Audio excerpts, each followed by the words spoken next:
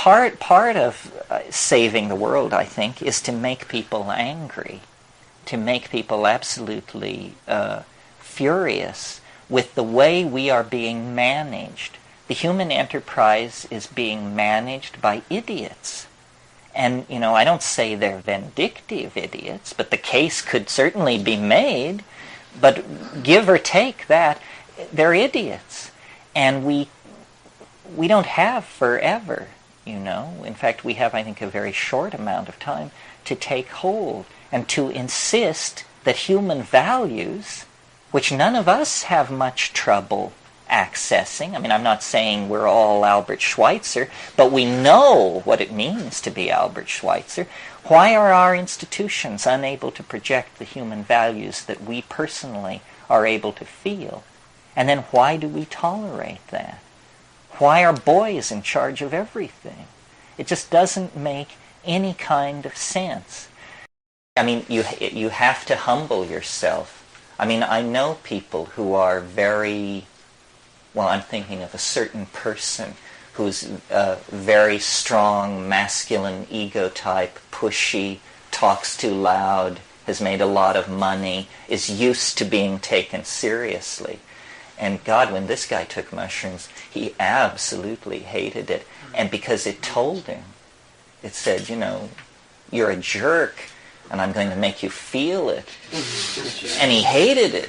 And he was telling me the story as though I should say to him, lucky for you, you escaped from the claws of this vicious mushroom. And I was, of course, thinking to myself, my God, it's exactly what this guy needed to hear. It's amazing. So it's a call to courage. This is why I think that gurus do such a brisk business, even among people who know about psychedelics. Because this takes courage. How many people ever walked to the meditation hall with their knees knocking in fear over what was going to happen in their meditation?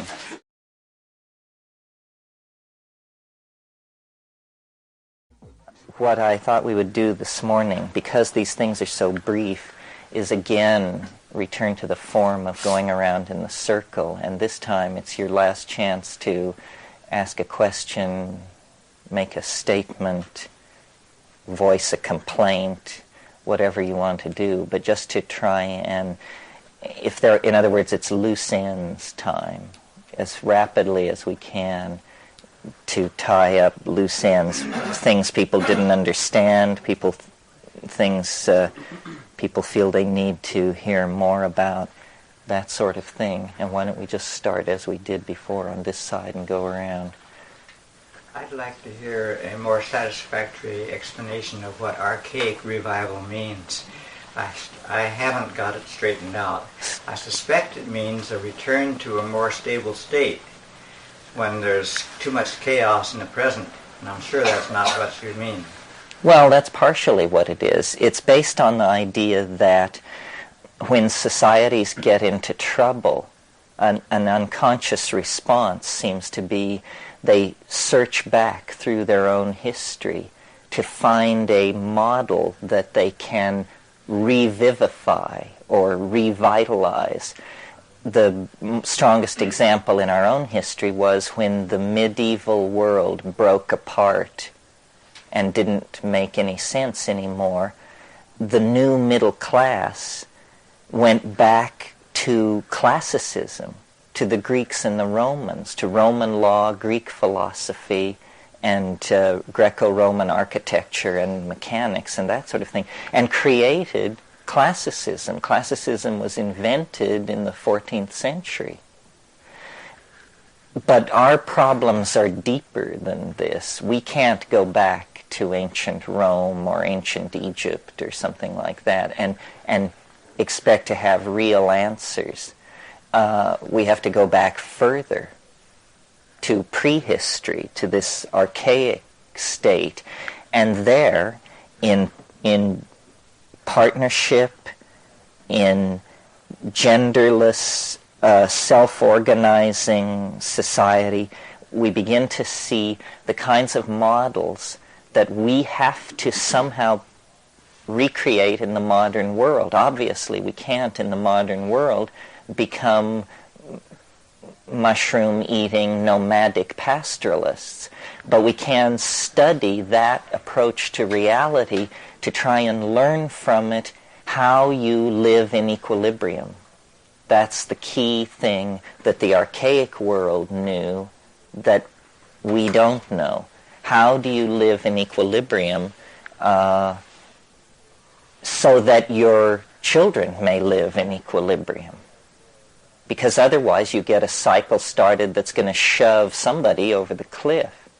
And that somebody, in the present case, is either ourselves, our children, or their children. It's no further away in time than that. So the archaic revival is the idea that all of the, and I see the whole of the 20th century, the discovery of the unconscious by Freud and Jung, the dissolving of the naturalistic image at the hands of the cubists, the probing of the dream state by the surrealists, the exploration of mass ritual by the fascists. I mean, it wasn't all good, this stuff. But what all these things had in common was they were a return, an appeal to a level of the mass psyche that had been ignored and denied for a long, long time. The LSD taking of the 60s was the same kind of thing. I come out pretty strongly from McLuhan in the idea that as the emphasis, as the ratios of the mix of media in a society changes, the sensory ratios and values of the society change. And we're living in a post-literate, post-linear kind of world now, where a whole different set of assumptions make sense. And they're archaic assumptions. The archaic world was a non-linear, pre-literate, audial, all-at-once kind of world. And the fact that our sensory ratios have shifted back in that direction makes us very sympathetic, very susceptible to this re-archaicization that wants to go on. Thank you. Paul. Yeah. I guess the ultimate psilocybin question is can you envision, Terence, in your wildest imagination, that we as a society, instead of individuals taking mushrooms and gaining some enlightenment, that we will ever be able to do it in an organized, mass way? I mean, do you have that vision? You mean that someday it will be legal? Legal and encouraged, the mass taking of. Well, obviously it would take a total revolution. The current thinking is that the big revolutions in the world have to do with the internal contradictions of Marxist-Leninism. But it may actually be that Marxist-Leninism was a kind of partner in a codependent relationship with consumer capitalism. And maybe revolution is just going to become something that everybody is into. God knows, we could use a perestroika. I mean, we too are ruled by constipated, lying bureaucrats who, what are the statistics? That 97% of all incumbents are re-elected, that there is less turnover in the United States Congress than there was in the higher echelons of the Communist Party of East Germany until the wall came down.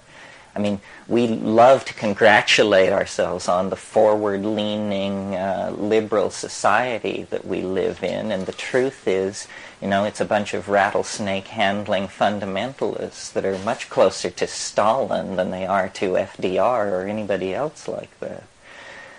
Still, I think that the culture crisis is going to become so intense and the world is going to become so weird, as we saw on the graph last night.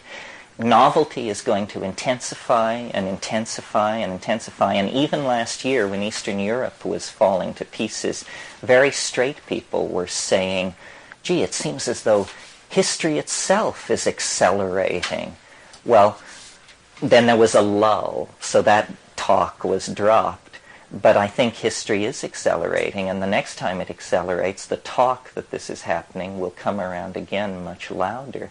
And pretty soon, by the turn of the century, I think it's going to be hard to hide from anybody who's paying attention the fact that the entire social evolution of the planet seems to be caught in some kind of evolutionary meltdown that is imminent, you know. And in that environment, psilocybin has a chance. The whole drug thing, leave alone psychedelics, the whole drug thing is properly understood as a civil rights issue. I mean, people should be able to take whatever drugs they damn well please, in the same way that they should be able to express their sexual preferences, in the same way that women should be allowed to vote. People of low incidence of light reflectivity should be treated like everybody else. And all these things which are perfectly obvious. You cannot have a free society and regulate people's drug use. Any society which sets out to call itself free and democratic with the footnote that certain states of mind are forbidden is headed down the slippery slopes of totalitarianism. There ain't no way this can be avoided. So aside from our belief as a group in the wonderful healing and teaching potential of psychedelics, even if psychedelic drugs didn't exist, I would favor the legalization of all drugs, because I just think that you cannot treat people as though they were infantile. That's called paternalism. That's the old dominator game. We have to just admit, you know, that we're all in this together, and that nobody has cornered the market on the truth, for sure. Yeah. Could you talk a little bit more about seeing language?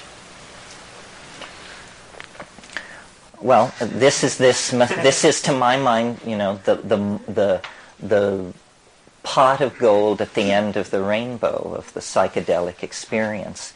These experiences get stronger and stronger and stronger, and then language becomes visible. And then if they become any stronger, you fall asleep. That seems to be about the outer limit of what the internal processors can tolerate. Seeing language, you know, it's a mystery, it's a miracle, I don't know what it is. It's the thing which keeps me going with all of this, because it's the idea that we're just on the brink of some kind of transformation of how we communicate with each other that will change not only how we communicate, but who we are. Because see, if you could see what I mean, rather than hear me and run to your internal dictionary and look up all my words and then reconstruct my meaning. But if you could just see what I mean, then you and I would be very much like the same person, because we would be looking at the same thing. So it's a tremendous, obviously language is what has knitted us together and made us social creatures. I mean, creatures of our body weight and so forth have styles where, you know, the males and the females get together only for sex and once a year, like mountain lions or something like that. So, but obviously the presence of language and our social history as primates set us up for living as we do. And we have managed to create, through language, a monkey troop of 5 billion people. You know, a monkey troop of 5 billion individuals united through the glue of language. So it's an intensification. And it's something shamans do. And I think it's, you know, the real social magic of shamanism, at least in the Amazon, is based around these visible communication. I wanted to make a comment about the difference between seeing and hearing, and it's like the difference between sculpture and music.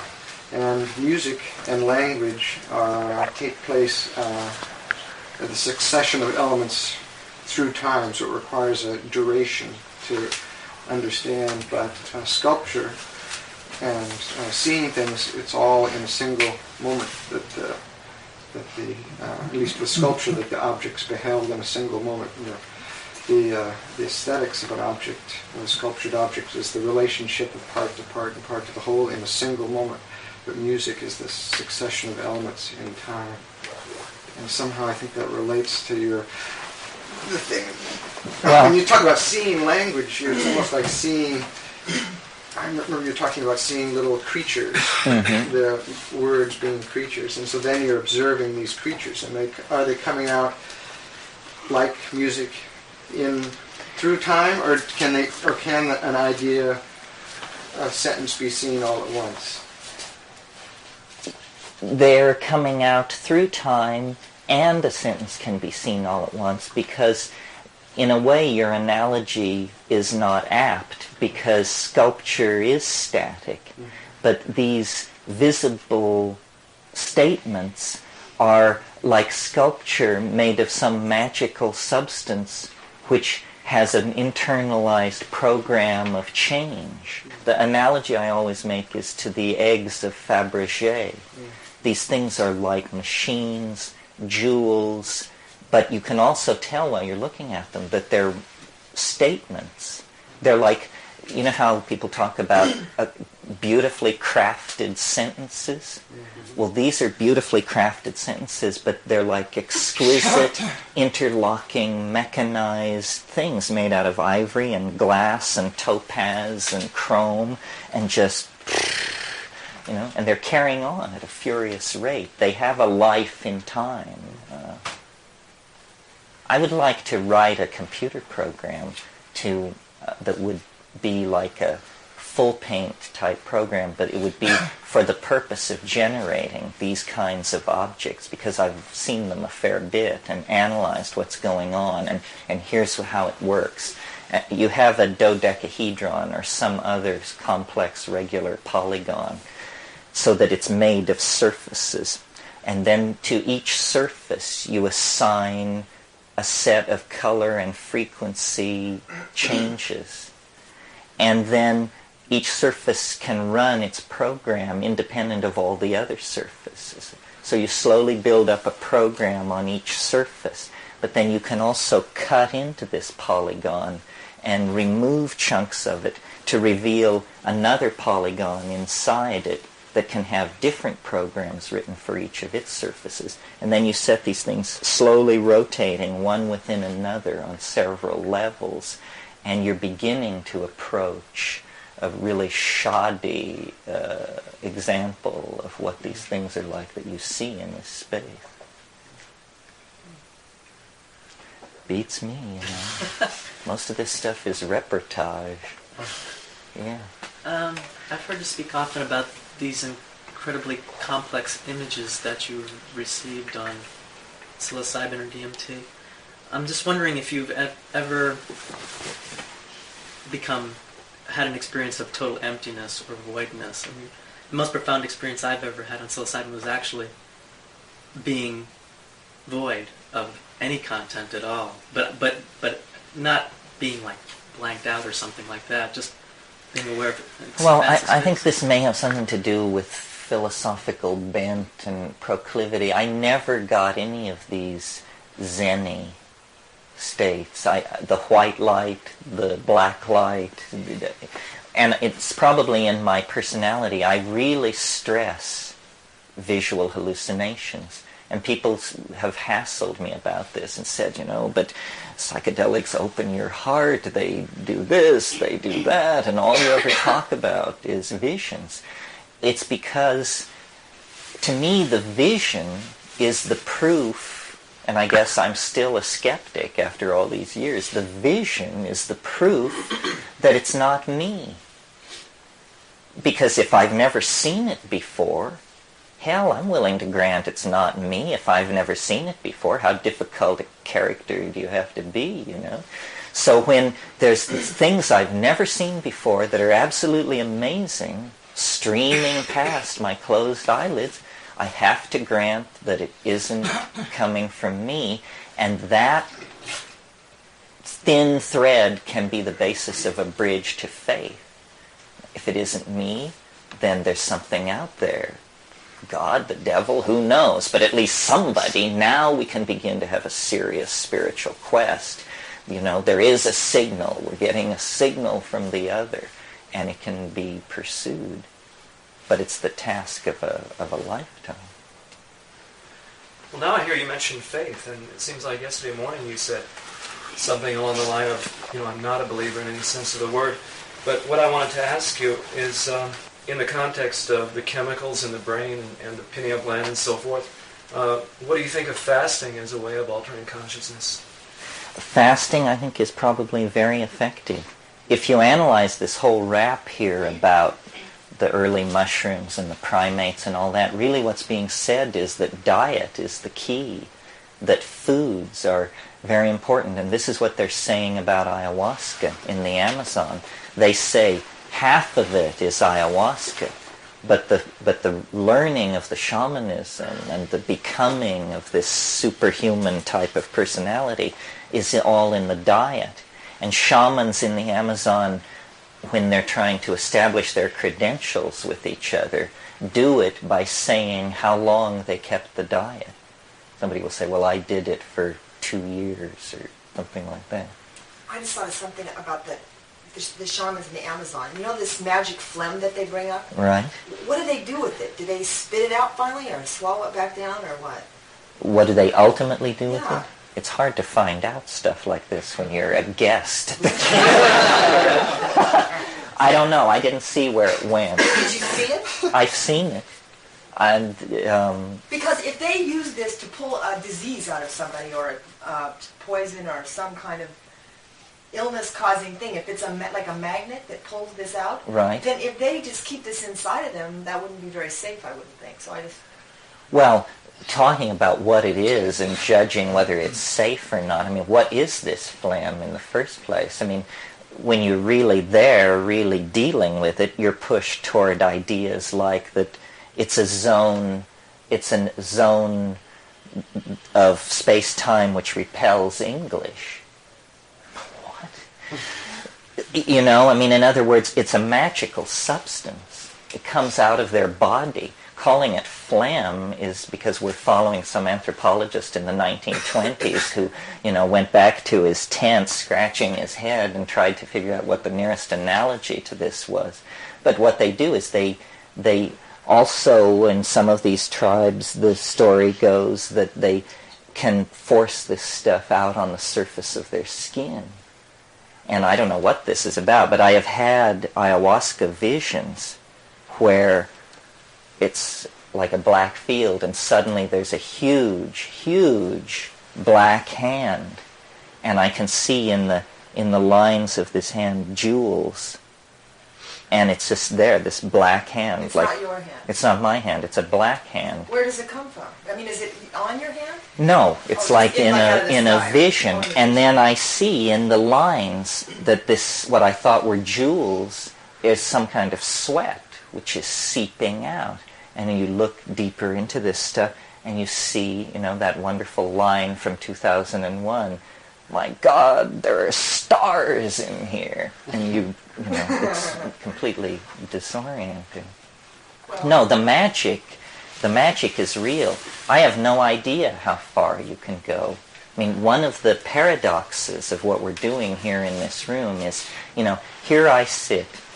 I have 2 children, a wife, a mortgage, book contracts, lawyer, all this. Here you sit with whatever you brought to this.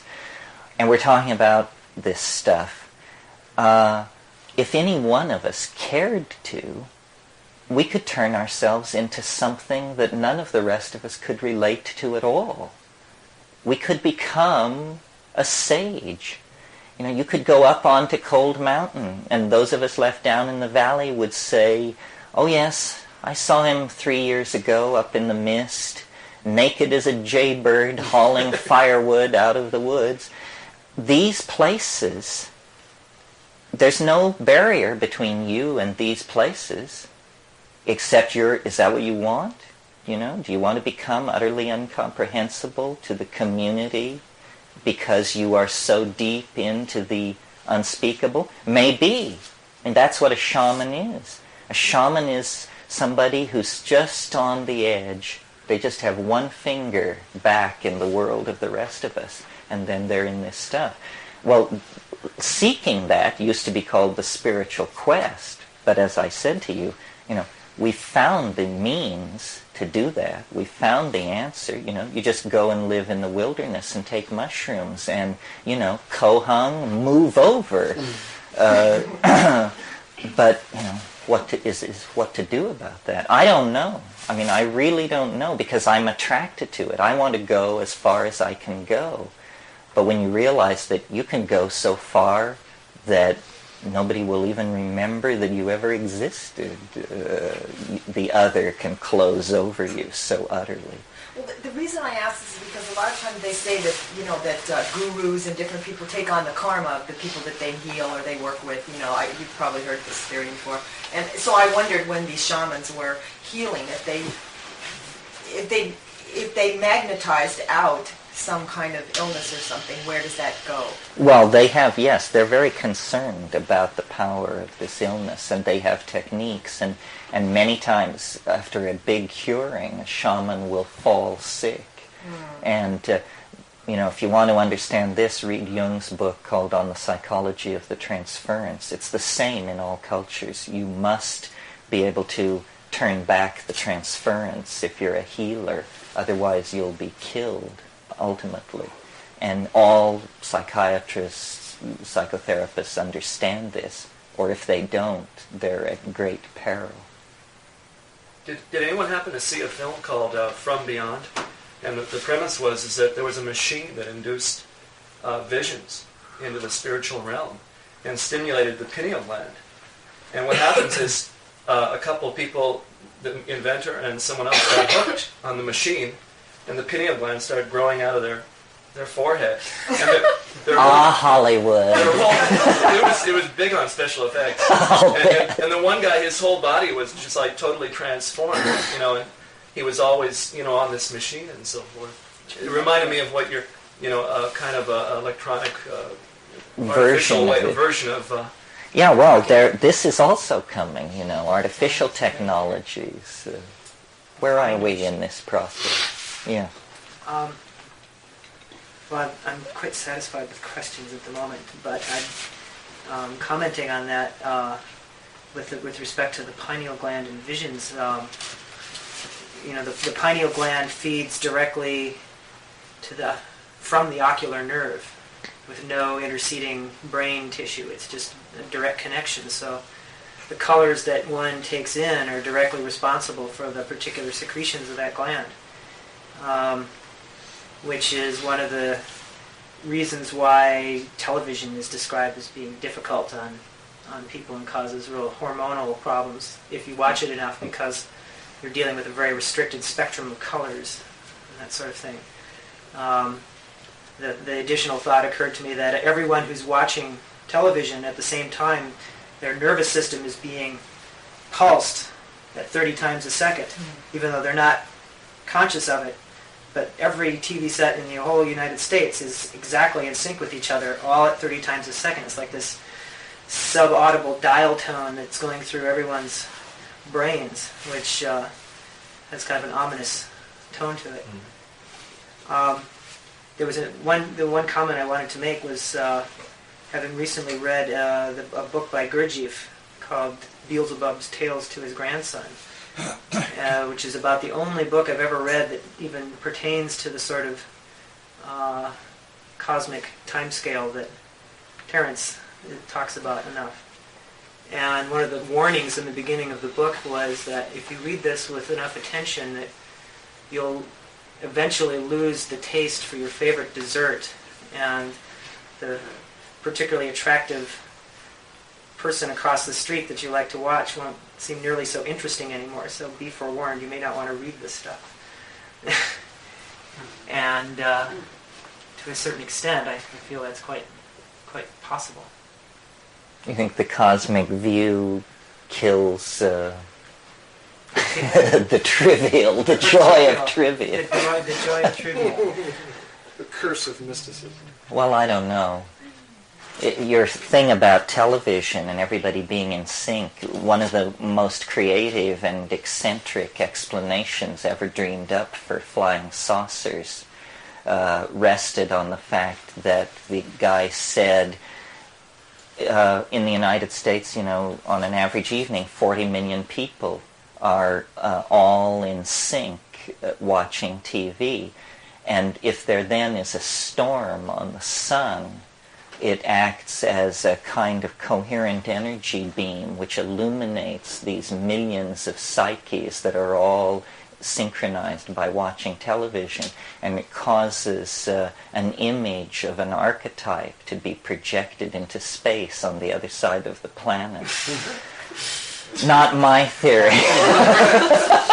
Well, definitely in image processing, when you want to, computer image processing, when you want to draw out a very fuzzy sort of pattern, quite often what you do is interfere with that another regular pattern on top of it and see how these two patterns commingle such that you'll get a accentuated thing as a result. And this 30 hertz dial tone is definitely sort of illuminating this other aspect of the imagination, it would seem. Mm-hmm. Maybe. You ought to read A Wrinkle in Time. Have you read that? No. Read A Wrinkle in Time. It's supposed to be a children's story. It's almost exactly what you just said. It's a great story. By? Madeline L'Engle. Read the whole trilogy. It's great. It's almost exactly what you just said. Back there. I'm interested in what you feel your relationship is with these, whatever you want to call them, beings that come to you.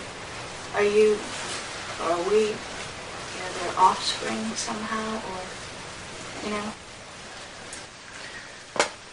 Well, I don't know. I mean, this has puzzled me for a long, long time. When it first happened, I just thought that they were straight out extraterrestrials, and that this was some kind of weird technology where this was a contact between a species that evolved off planet, and then, but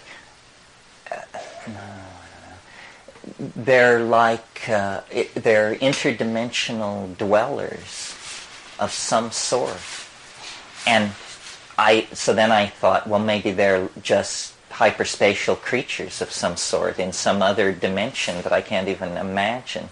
And then I thought maybe they're actually from the future. It's like maybe this is a future state of humanity, that we're actually going to look like this in 10 million years, and they're doing some kind of weird experiment with time, and I'm the Neanderthal that they're checking out. And then the other possibility, which I mentioned here, which is really unsettling, but in a lot of ways fills the bill better than any of these, which is they're souls of some sort.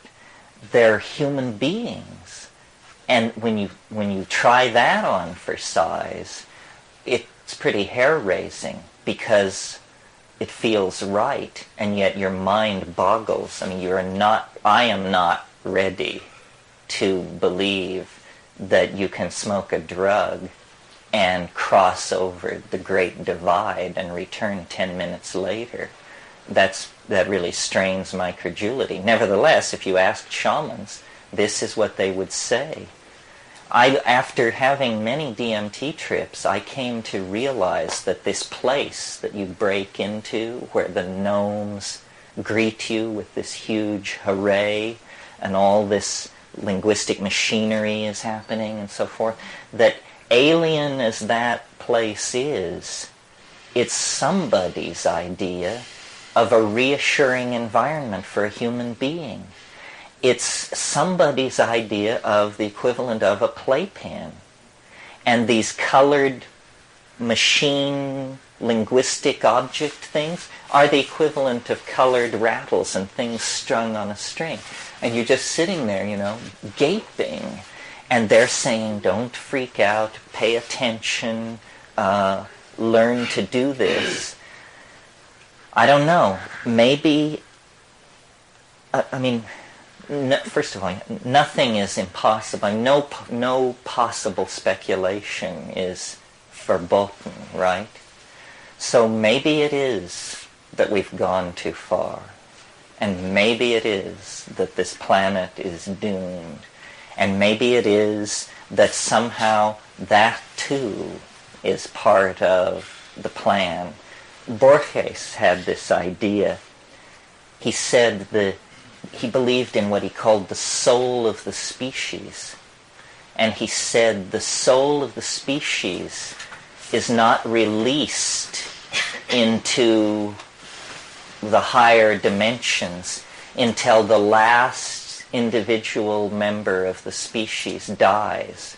As long as there is a single member of the species alive, the soul of the species is somehow in some kind of transient zone. But when the last member of a species died, then it goes off. Well, if you look at the fossil record, 95% of all the species that have ever lived on the Earth are extinct. From that point of view, it looks as though biology is a process for producing extinction. Well, then what is it? Is it that in the world of three-dimensional space and time and matter and energy, the DNA rears a form which inhabits a region of time and space called the body, and then at a certain point, this form withdraws into something, and what the matter that it had previously organized just falls to pieces. I don't know, but the entities in the DMT place are a real challenge. They either are the dead, extraterrestrials, or interdimensional dwellers. Any one of these is a headline in the supermarket checkout line, I assure you. Yeah. I'm not exactly sure what I want to ask you, but I did recently have a dream that we were all linked together. And it seemed like you had the same experience on mushroom feeling that.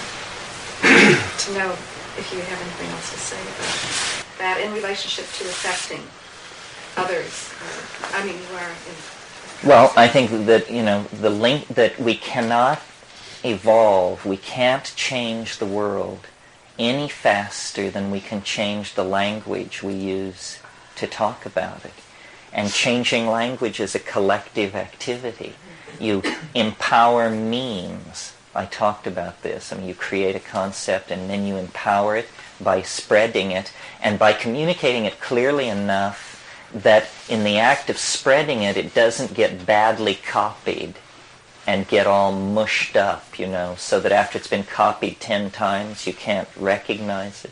I sometimes have this experience. People quote me to myself, and I'm just amazed, And sometimes it turns out it's verbatim, and I'm still amazed.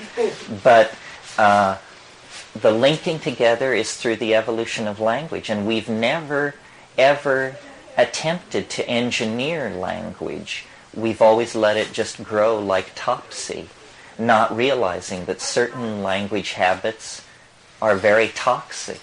Certain language patterns give permission for very detrimental ways of thinking. For instance, the subject-object relationship in English, or the assignment of gender to things that goes on in a lot of languages. These are habits of language that then become tremendous social problems for their inheritors. The use of the word it. It's raining. Yes, it's sunny. or what is funny? Or the I. There are languages where there is no first-person pronoun. The only way you can refer to yourself is by the extremely clumsy form, this person. This person thinks, yak. Yeah. Yeah, I was curious. You've mentioned DMT and visions of, I think you said dodecahedrons and things like that. And then you mentioned they're saying to you to kind of stay with it and just hang in there. I'm kind of curious about this dialogue of DMT and the logos in psilocybin?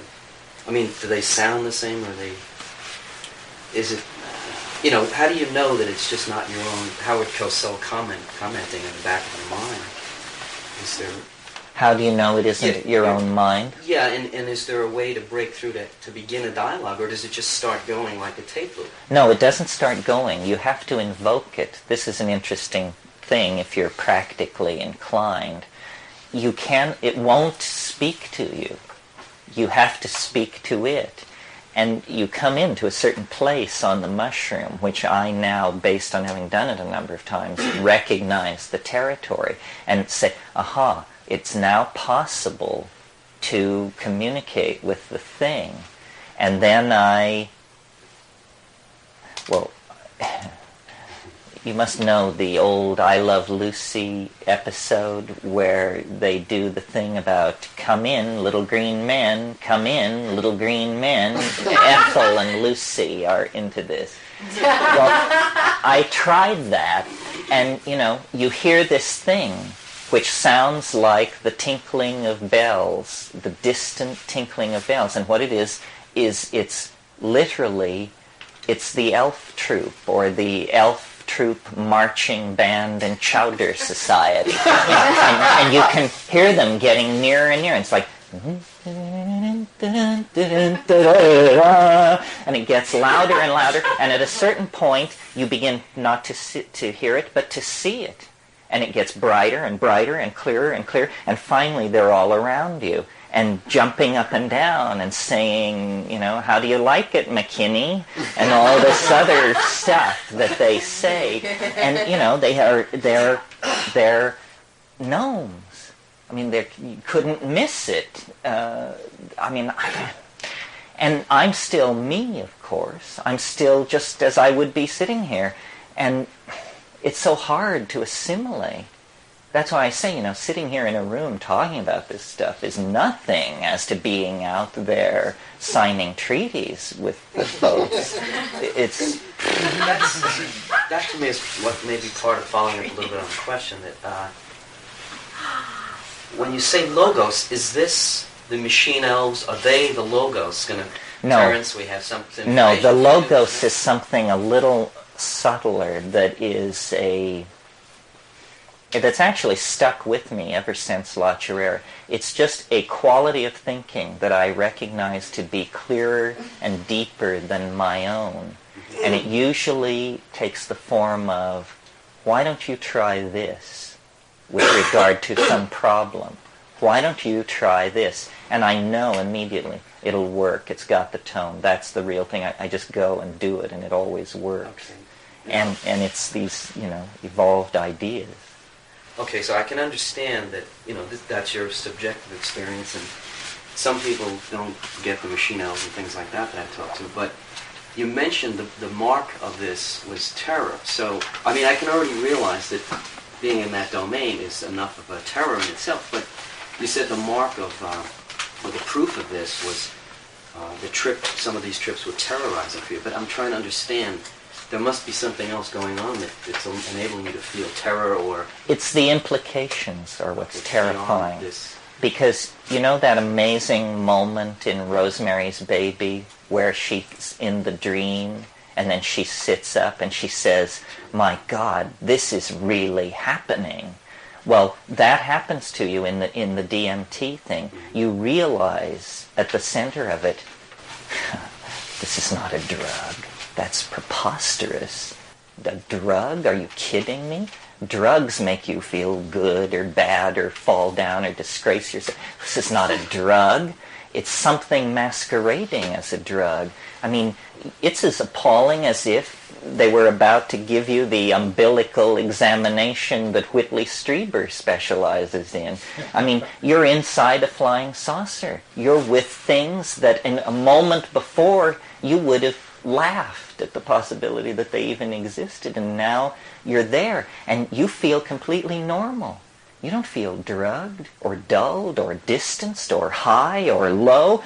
You just feel stoned, amazed at what has happened to reality and how it's all been replaced by this thing that not only did you never suspect its existence, but Nobody ever suspected its existence. You talk about a well-kept secret that's only 2 tokes away. How do they keep the lid on this?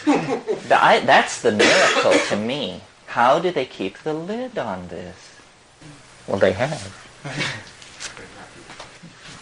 Well, I'm not sure what my question is, but in the experience last night with the computer time program, that was real exciting to me, and it kind of made me almost have the experience of traveling through time and having that awareness of history, and wondering now that you brought that out and we have the awareness, what do we really use it for? I mean, what is your vision for how it can truly be used? And if you understand history, you will see it in the present.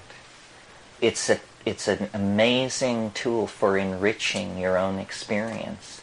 If you, when you go to get a hamburger at Hadrian's hamburger joint, know that this is happening because you're caught in a resonance related to the expeditions of the Roman Emperor Hadrian to Scotland. I mean, you're totally schizophrenic, of course, to entertain thoughts like this, but it makes life a lot more interesting. You, instead of seeing a linear thing with a fading past and an unpredictable future, you live in a super rich kind of baklava style of time, where time is folded and folded and folded, and the layers are very thin, and the stuff between is very sweet. Well, how have you used that personally in your life? Well, the other way you use it is, of course, it predicts the future. We saw the line going off into the future. Well, I've had it in my possession since 1972. So after you've watched it correctly predict the future for a while, months or years, however long it takes, you gain confidence in it. And as you gain confidence in it, you discover that it gives you permission to let go of anxiety about the future. You've got a map of the future. You know that August 91 is going to be a pain in the ass. You know that great triumph will come to you in January of 93, so why worry about it? You just then go and live your life, and as you watch the wave unfold, confidence grows and grows and grows, and what's happening, you see, is without any fanfare or, alien symbiosis, you're becoming a hyperspatial person. You're adding a dimension to your view of the world. The future is changing from a question mark into a map that you're quite confident is working for you. And anxiety about the future is a major thing twisting people around. So if you could get agreement on this, it's the Tao, Live in the perception of the Tao. It's just people didn't ever think that would mean you'd go and look at a printed output from a computer. But the exhortation is the same. Live according to the constraints of the Tao. Gain and loss are the same. Yeah. I thoroughly enjoyed this weekend. It has really given me much food for thought. Eons and eons of years from now even. And I'm very interested in what the best setup is for taking the mushrooms.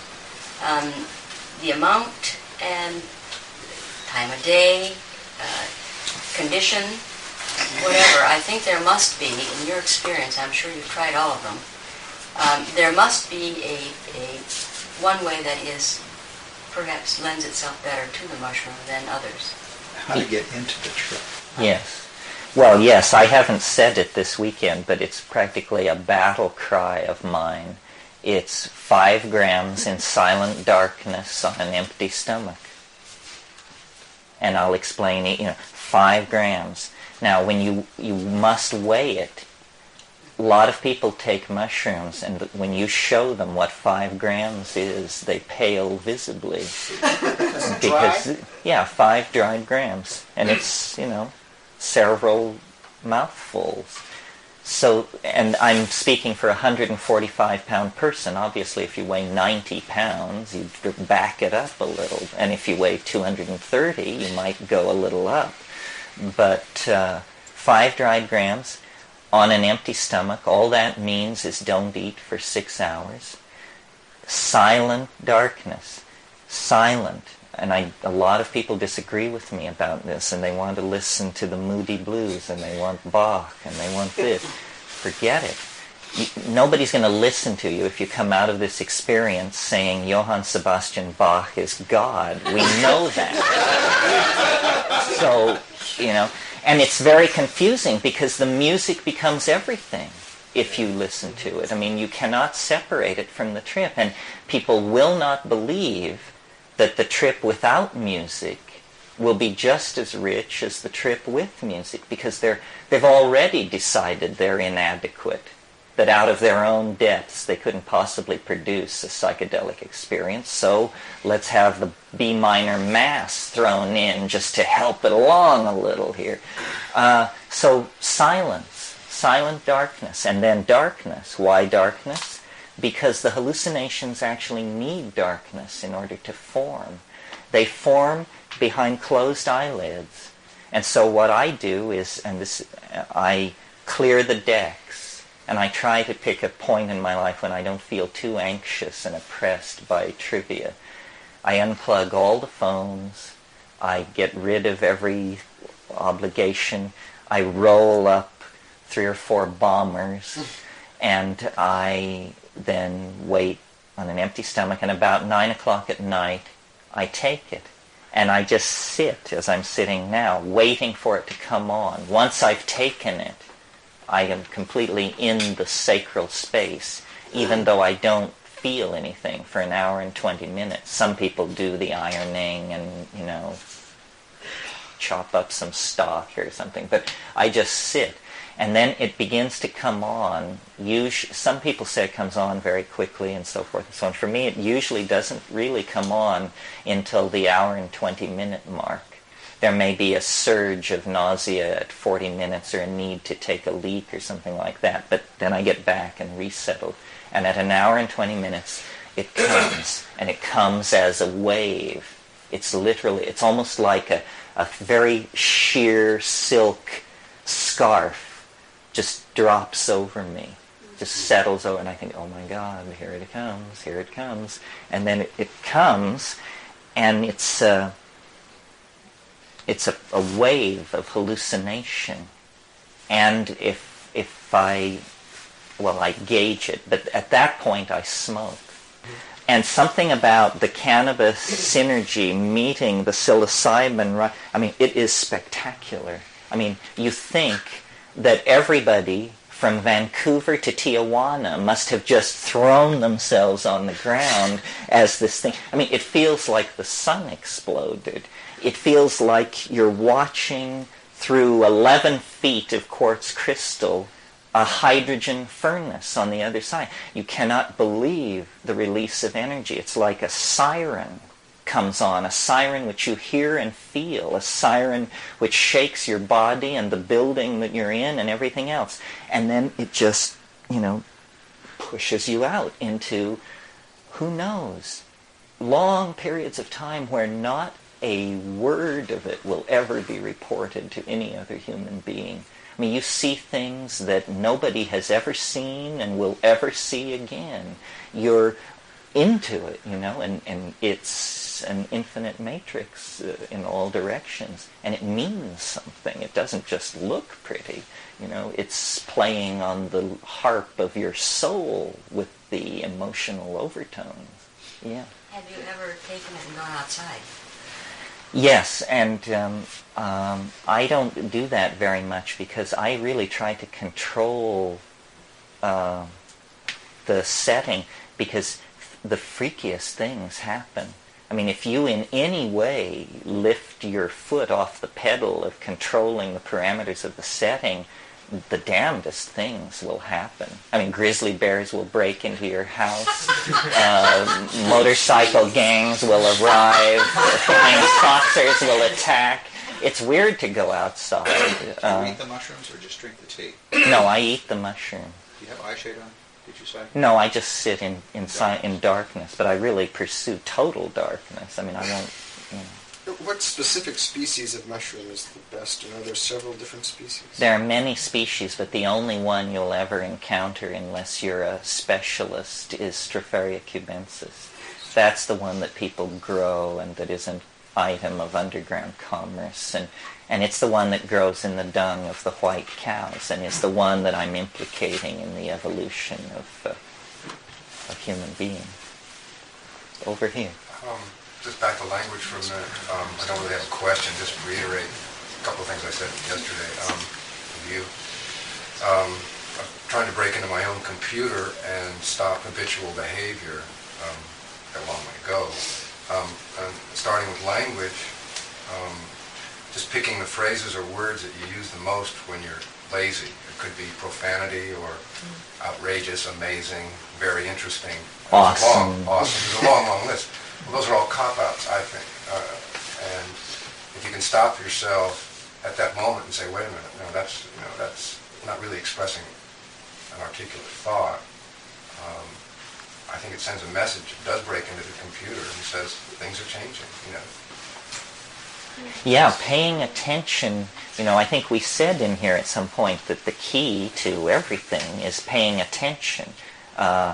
Awareness of awareness, the Buddhists call it. But your point is very good. If you truly have awareness of awareness, the best place to manifest that is in, I guess the Buddhists call it right speech, yes? Mm-hmm, yes. So that it's always appropriate and sufficient and so forth. There's a book that some of you may know, and you might be interested if you don't know it. It's called Hallucinogens and Shamanism. It's edited by Michael Harner, but it has articles by a number of people. And it has really one of the most wonderful articles ever written about the mushrooms by Henry Munn, called The Mushrooms of Language. And he talks about how they are an inspiration to articulation, how even in these Mazatec villages, when people are not taking mushrooms, the way you can tell a shaman is by a speech style. And I saw this in the Amazon with the ayahuasqueros. They have a diction, a psychedelic diction that is careful, appropriate, always sensitive to the context of the listener, and so forth and so on. In other words, they are great teachers, educators, communicators, and I think it's the residual effect of this empowerment of speech. What was the name of it? Pardon me? What was the name of the book? Hallucinogens and Shamanism by Michael Harner. It's in paperback from Oxford University Press. Is it in No, it's not in the bookstore. It's an excellent anthology. It has articles about ayahuasca, about ibogaine, San Pedro. It's a good world survey of folk usage of hallucinogenic plants and extensive bibliographies that will lead you on if you're interested in some particular area. How long does your 5-gram trip last normally? If I take it around 8:30 at night, by midnight I'm ready to call it an evening. I always eat before I sleep, because otherwise you'll wake up in the morning feeling really wasted and sort of hollow. But if you'll eat something fairly substantial right before you sleep at 1 in the morning, then you wake up the next morning, you feel great. Any difficulty getting to sleep? Oh, well, your mind is just roiling with thoughts. But on the other hand, you've come so far down from where you were an hour and a half before. That's when you smoke the third bomber, and that usually shoves you into unconsciousness.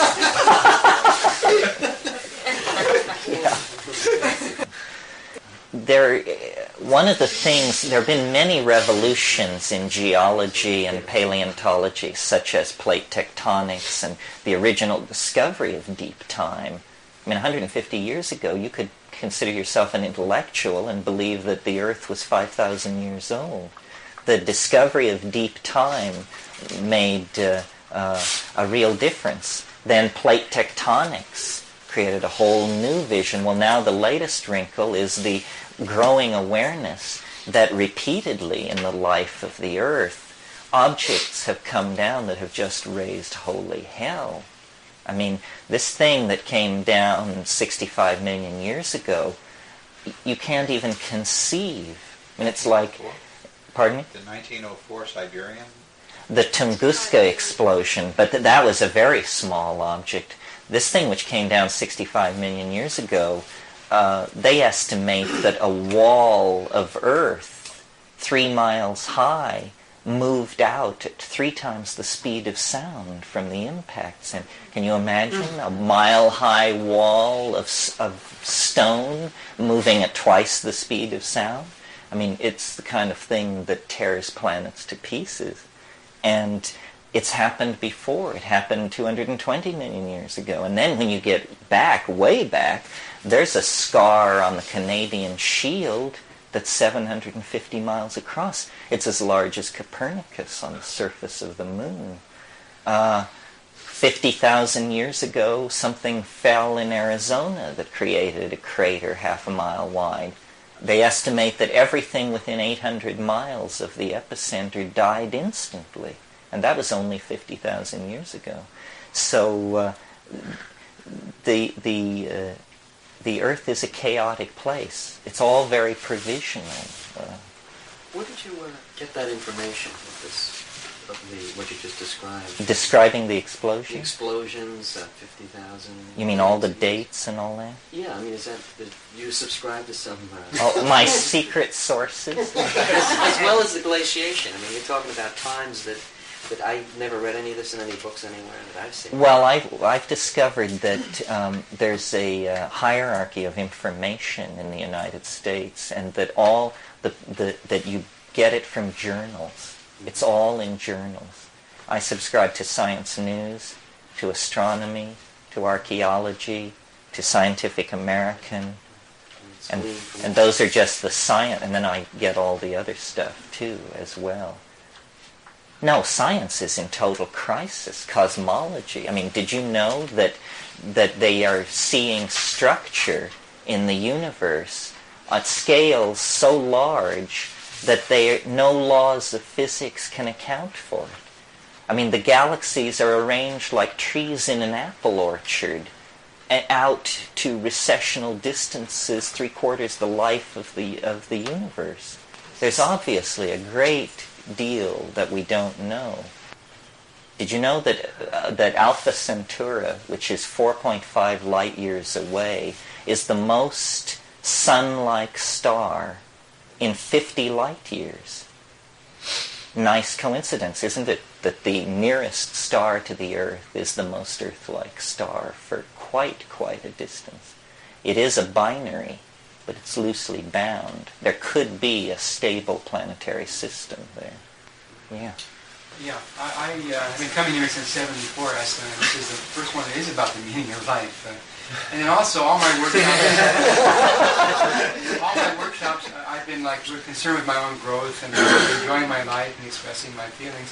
And this workshop, I really have not gotten into my heart or anything, but it's really interesting. I'm aware I'm kind of been lopsided in the other direction. So this has kind of been a big influence on me. It's really got my curiosity going. And then also I'm aware that I don't want to go to Harvard, I want to go to University of Ayahuasca. My question, I have 2 questions. One, how do you apply? Better yet, how do I get some ayahuasca to partake of? And then the second question is, I've taken ecstasy a number of times and it's been wonderful. What's bad about ecstasy for the body as a whole and so forth? I don't know much about it, and I would like to know. Well, there's a lot of ecstasy. You all know is MDMA. There's a lot of MDMA. Is it speed? Is it kind of the speed? Or what? Well, it was made out. It's in the same family as MDA, so it's a kind of cyclicized amphetamine. But it was used very successfully in directed psychotherapy to get people to talk about their feelings and that sort of thing.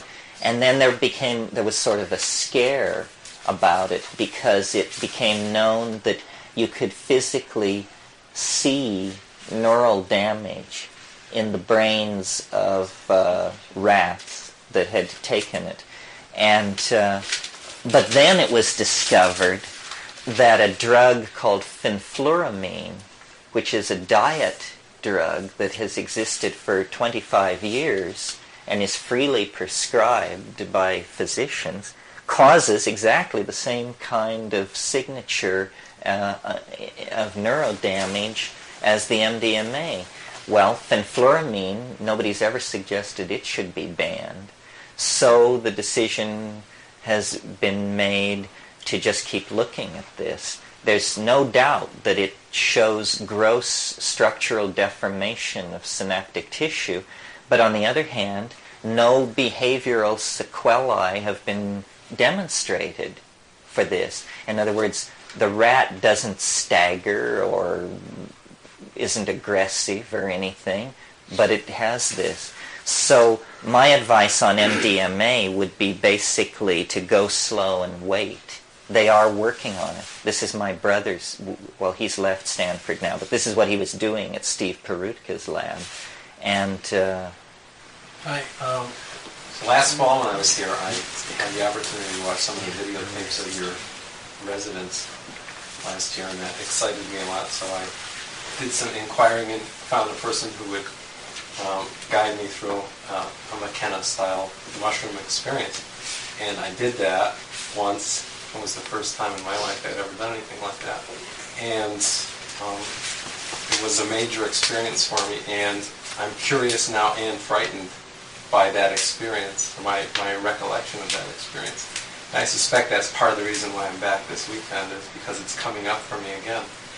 And I guess if I have a question, it's sort of along the lines of, do you suspect that because of whatever the control issues or my anxiety going into it, that gave that particular experience a specific flavor which is not likely to be duplicated again, or? Well, not exactly, but it is true, and it's reassuring, I hope, to you to know this, that it's like sex. The first time can be anything, and no judgments can be made based on the first time, because you're just figuring it out. Also, repeated studies have shown that the first time there is personal material, usually, that has to be released, that we do carry traumatic and repressed material. And the first trip and the second trip sometimes is about working through this. But eventually you get to this part of the trip which isn't about you. And most of us are not very screwed up. I mean, you just blow your tubes out and then you're all right, and it's okay from then on.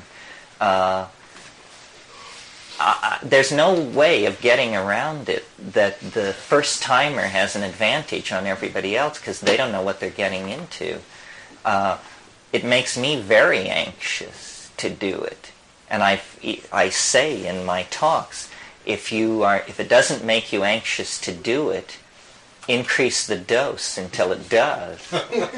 Because it's the ego that needs to be dissolved. And it's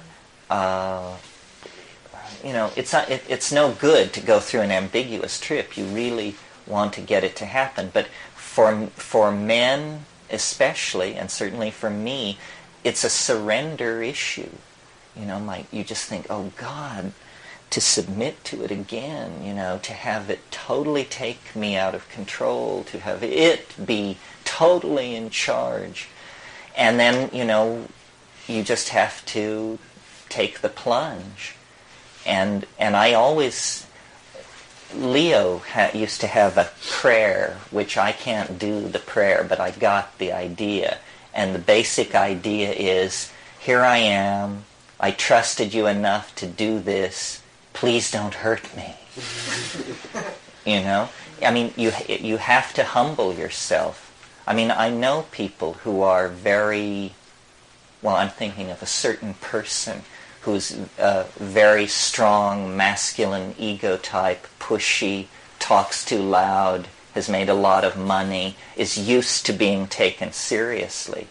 And God, when this guy took mushrooms, he absolutely hated it. And because it told him, it said, you're a jerk and I'm going to make you feel it. And he hated it.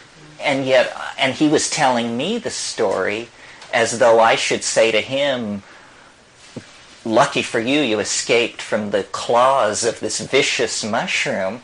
And I was, of course, thinking to myself, my God, it's exactly what this guy needed to hear. It's amazing. But the surrender thing is an issue, and it doesn't get easier, I think. And I've talked to shamans in the Amazon about this, and they say, you think this stuff is easy for us to do? You think just because I run around with a penis sheath on my ding-dong that this is any less weird for me than for you? It isn't. It isn't. It says, if you're a human being, this is a tough swallow. And yet we do it because we need to cure and we need to understand. But you must be strong. You must have your weapons, whatever your weapons are, your inner fortitude, your chi, your sensak, all of this. So it's a call to courage. This is why I think that gurus do such a brisk business, even among people who know about psychedelics, because this takes courage. How many people ever walked to the meditation hall with their knees knocking in fear over what was going to happen in their meditation? But, this is the thing. Oh, you have? Oh, shit, I got to sit down with my mind again. But that was after psychedelics. The stakes are the same. This is very useful information. Yeah, this is good stuff. Well, I came to this workshop on Friday, and I said that the old vision wells were completely dry, and I feel like I've come to the well, and I'm really refreshed. And who would think that the Buddha of the new century would be a psychedelic guru? And yet, I realize I've grown up in India. I'm Indian, and I realized, I was heavy into hash and opium and things like that, and doing a lot of experimentation with that stuff. And I realized this weekend I came to the West because I wanted to partake of the psychoactive juices, And it's been 9 years, and I've sort of skirted around it. It's like, drop some acid and some mescaline and peyote button here and there, but it's never been the way you described it. Full on. Yeah, full blown, and the conflict I have is along the realms of psychedelic experiences leading to a fully cerebral virtual reality kind of a situation, and does that make the body obsolete? And the fact that more recently I've been focusing on in my meditations and yogas and stuff on the brain, studying the brain, and boy, how do I get there? And I have this intuition that I need to be put into a situation of danger, just like you were talking a couple of minutes ago, of being faced with the stark whatever it is, and sort of like just coolly, casually hoping to stumble onto it is not the goods. So it's the conflict of, where does the body come into this? This is this choice that I talked about, we can't be both high-tech and nature children. Are we going to download half of us into a black box that will be kept on the moon? This kind of thing. Is the body becoming obsolete? Does living in the imagination mean the obsolescence of the body? And how much of what we are is in the body? I mean, we know that theories have ranged from all to none, but it would be a good idea to get this a little nailed down before we go much further with this. You know that mushrooms are forbidden to Brahmins by the Mahabharata, but these Santali people have hundreds of words for mushrooms in their language, and there's some suggestion that they may have connections back to rituals and traditions that are pretty much unchanged from Vedic times. And they have a mushroom that they're very big on. It isn't a psychoactive mushroom, but they venerate it and they hold a festival for it, and nobody knows quite why. And I've always been interested in going to India and looking into this, because the question of soma in India relates very much to the presence or absence of Stropharia cubensis. How can you describe at all your own settling in, or what? How is this progressing? What's the ongoing learning or seeing or whatever, however you want to put this into words, with the continuation of this study? Well, it's interesting to me that the ayahuasca has begun to appear from many sources. It's not just one group. There are several groups who are bringing ayahuasca to this country and holding sessions with it. Now, for some reason, the Amazon is becoming the focus of both our problems and our potential solutions to our problems. The Amazon is where all the cocaine is coming from. The Amazon is where the ayahuasca is coming from. And the Amazon is the place where the issue of the clearing of the rainforest and the destruction of the vegetation cover is most intense. So it's almost as though the rainforest itself is sending the ayahuasca. And the message of the ayahuasca is different from the mushrooms. The mushrooms have this science fiction, let's depart for the stars kind of thing. And the ayahuasca has its feet in the mud and says, life, children, balance, affirmation. So I don't know if this addresses your question. I'm amazed at what's happening to me and to this issue. The mushroom said many years ago, just keep saying what you're saying and I will clear the way. And it seems to be clearing the way, and I just keep saying what I'm saying. But what this is all for, I haven't gotten any new orders for a while. I assume that it's a struggle for the soul of this species, and then maybe everything is tied up in that.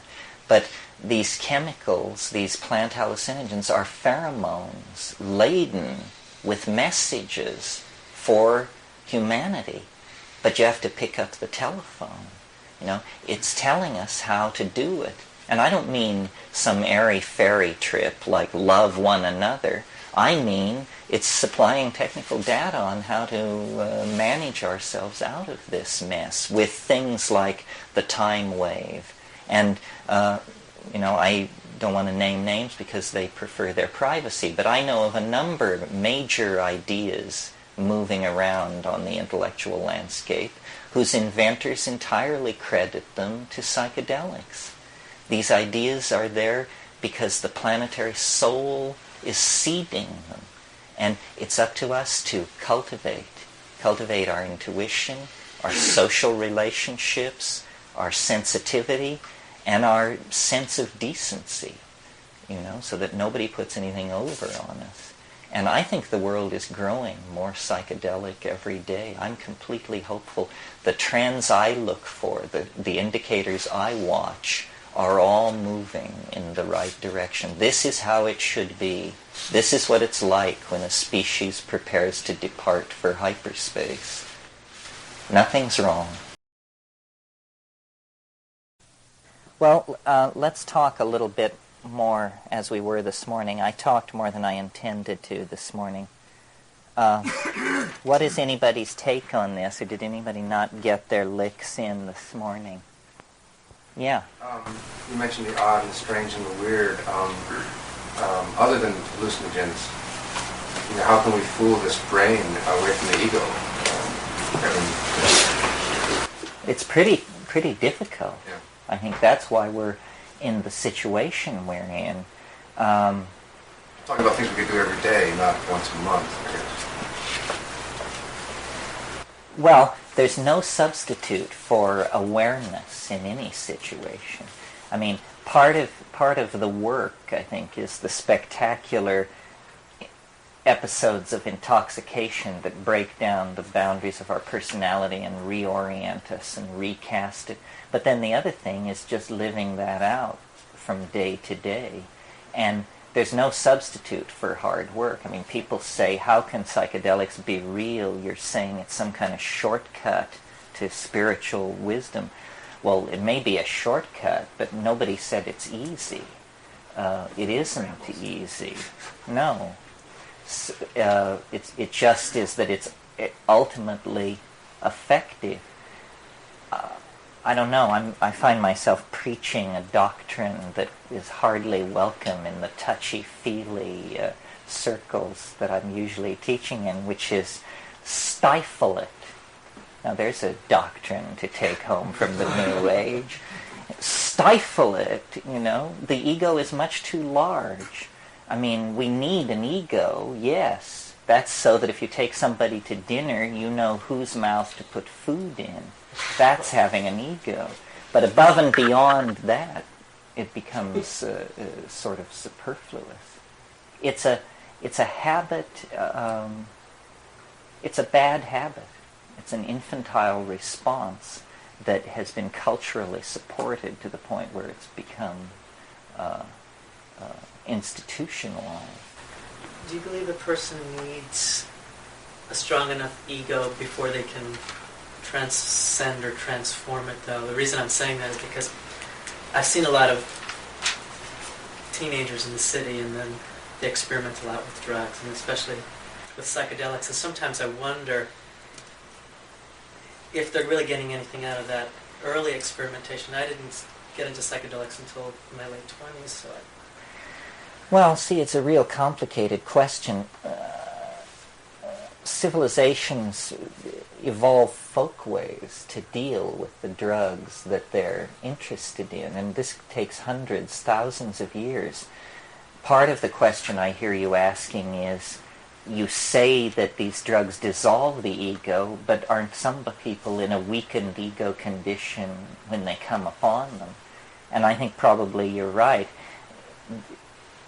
It's not clear that the onset of puberty, when there's a good deal of psychosexual and endocrine confusion going on anyway, is the precise right moment that you want to drop these psychedelics on somebody, although this is done in many traditional societies.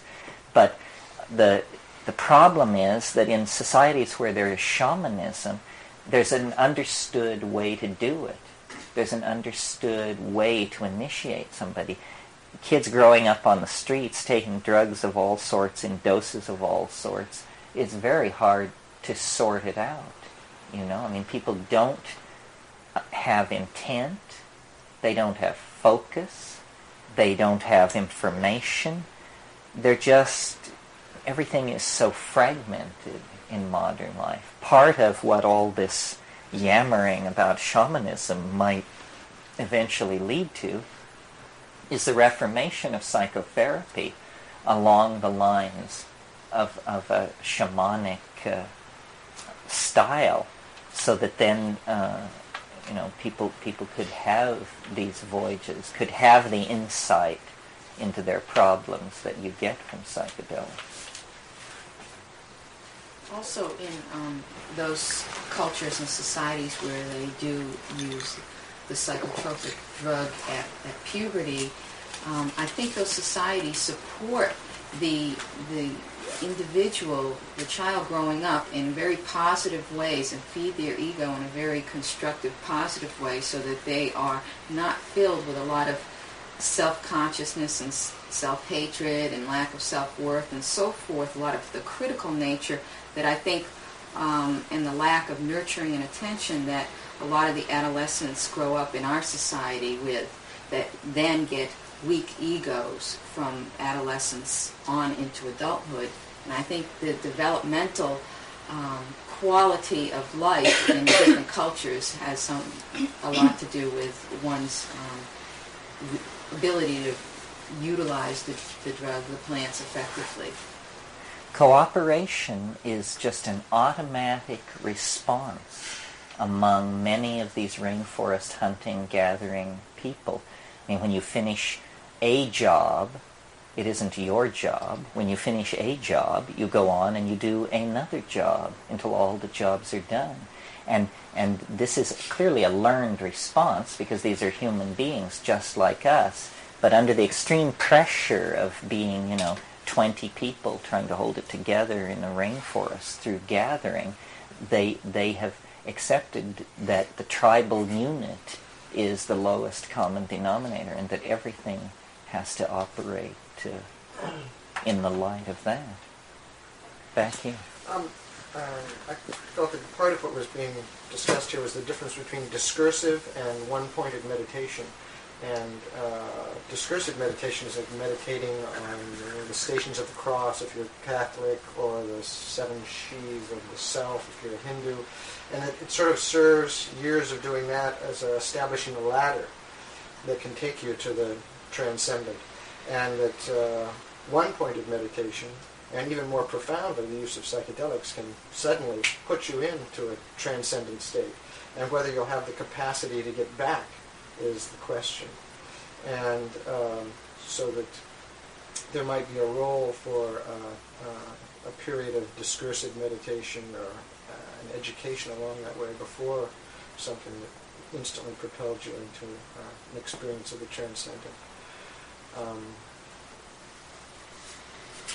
Yes, although this difficulty getting back is an interesting thing to talk about, because I certainly know what you mean. I think everybody who takes psychedelics a lot eventually has a trip that stands their hair on end. And the reasonable fear I've always felt about psychedelics was not that it would kill you.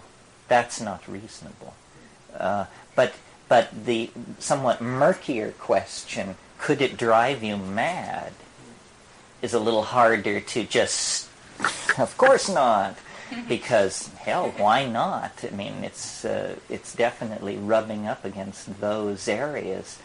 But I have real faith that it is, it's like flipping a coin and getting it to land on its edge. The psychedelic experience represents such a state of disequilibrium that in almost all cases the entire system is striving to return to normal and will do so very quickly. My life is built around one spectacular exception where my brother took a bunch of things and had a theory and proceeded to sail off for the better part of 3 weeks. And this sort of brings up another issue. We sit here relatively down and calm, and we can talk about the LD50 of psilocybin. That's how much you would have to give to 100 mice for 50 of them to die. This is what pharmacologists are all about. But when you're actually stoned in these places, you realize, or you have the apparent realization, that of course the mind is in control.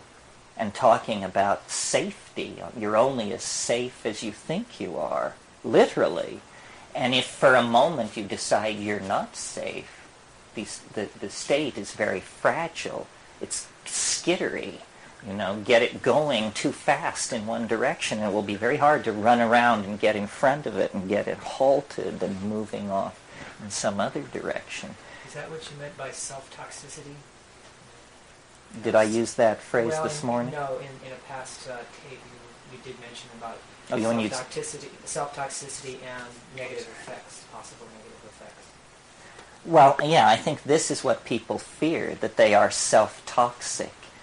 And we have all been disempowered. To some degree, we are self-toxic. That's a real tragedy. It means we have been made our own enemies.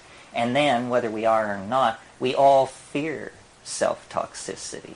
This is why in the 60s, when LSD first began to appear, people had such violent reactions to it. Tim Leary said, LSD is a psychedelic drug which causes psychotic behavior in people who haven't taken it. This is absolutely true. Well, why would a drug that you don't take cause you to become psychotic? It's because the mere fact of its existence is so threatening to you because you know that you're self-toxic. That's what I always felt in the 60s. These people all know they're crazy, and they don't want to get near anything which would perturb their psychic dynamics. They know beyond a shadow of a doubt that they're certifiably insane, and they don't want to hear about it. So they're not going to be delving into something which shines a Klieg light on the mechanics of the psyche. It's the last thing that they are interested in. If the definition of ego is the sort of reality testing mode of the psyche's ability to perceive reality, then it almost seems that the psychedelic experience augments the ego to a new level rather than extinguishes the ego. That it gives a truer picture of reality. Well, you know, Freud had this concept that he called the superego. And this term has somewhat fallen out of use, and because we all tend to be a little more Jungian than that, and we talk about the collective unconscious. But in a way, though I'm more sympathetic to Jung, I like the phrase superego because the phrase collective unconscious is a kind of blah concept. It's like a data bank, a repository, where superego seems to imply organization, intelligence, focus, awareness. And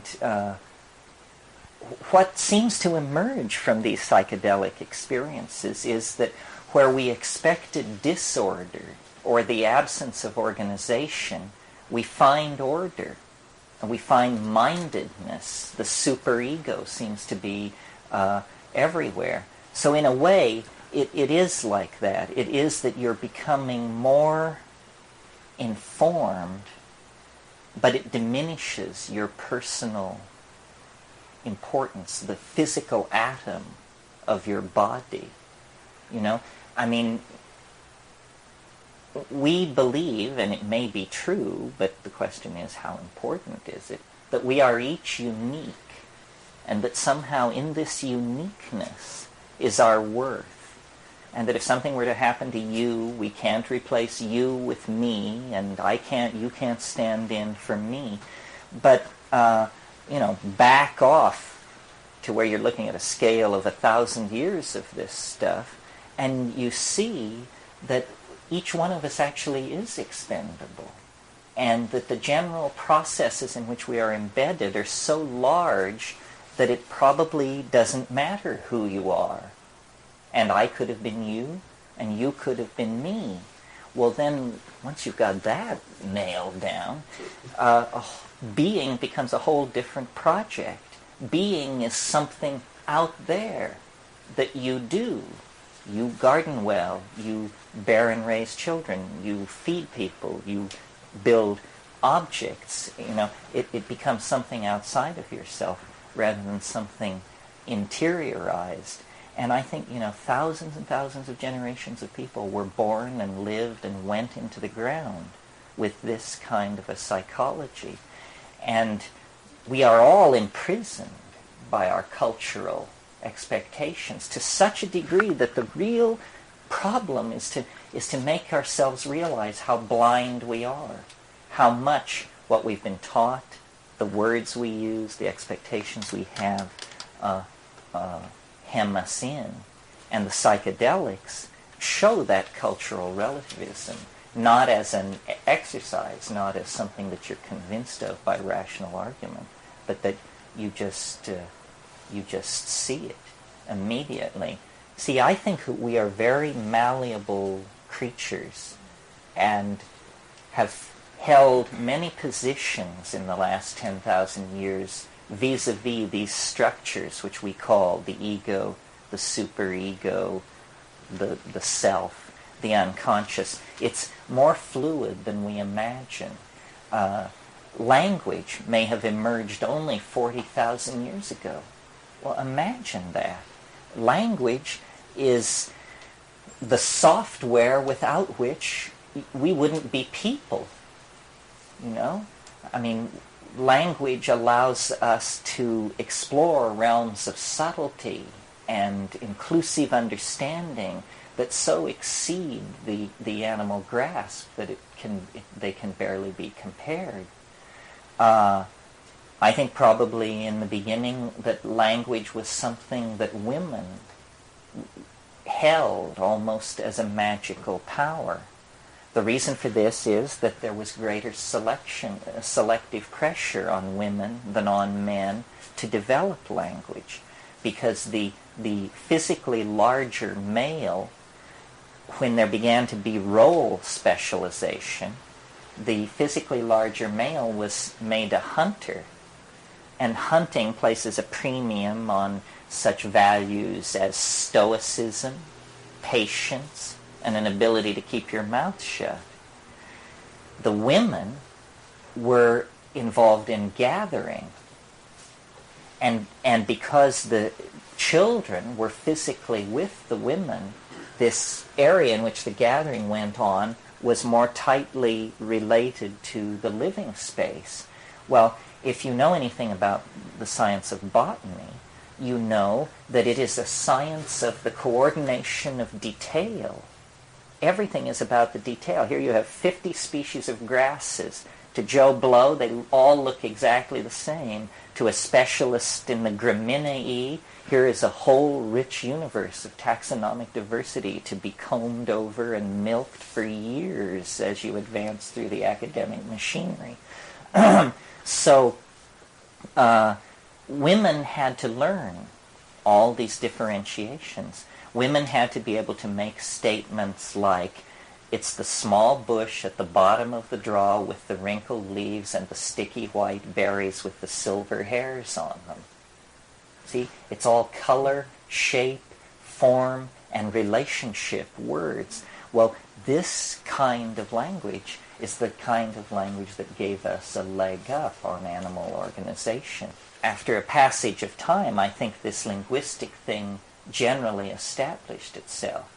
But it was originally a thing that women were into. It's even to this day, when you go into villages in third world parts of the planet, there's this phrase in all travel books, which is the chattering of the village women. And it's true, they really do chatter. And it's because they are more collective creatures. The male is this proud, lonely, hunting figure, and the females represent, the village values. And they held the knowledge of the plants. They discovered all this stuff. You even get that in the Eden story. It's a woman who's blamed. Somehow these women have a deeper insight, and the poor guy is just led to slaughter because he's trying to get some chow.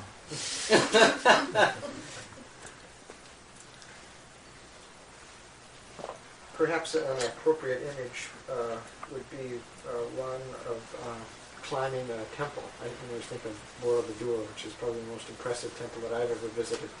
But there, as you walk up the temple, if you pay attention, you're having a whole experience of Buddhism and different symbologies, but also just basically your vision of the surrounding jungle expands and your sense of self diminishes. So, because you see the larger world. You see the larger world from up on top. Yeah, from the center of the mandala. Yeah.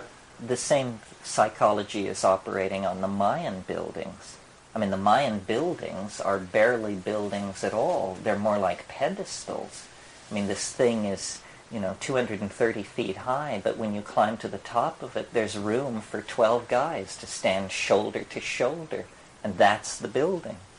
And it's clearly, entirely, to elevate them above the social space. It was literally a machine for lifting the priesthood into another dimension.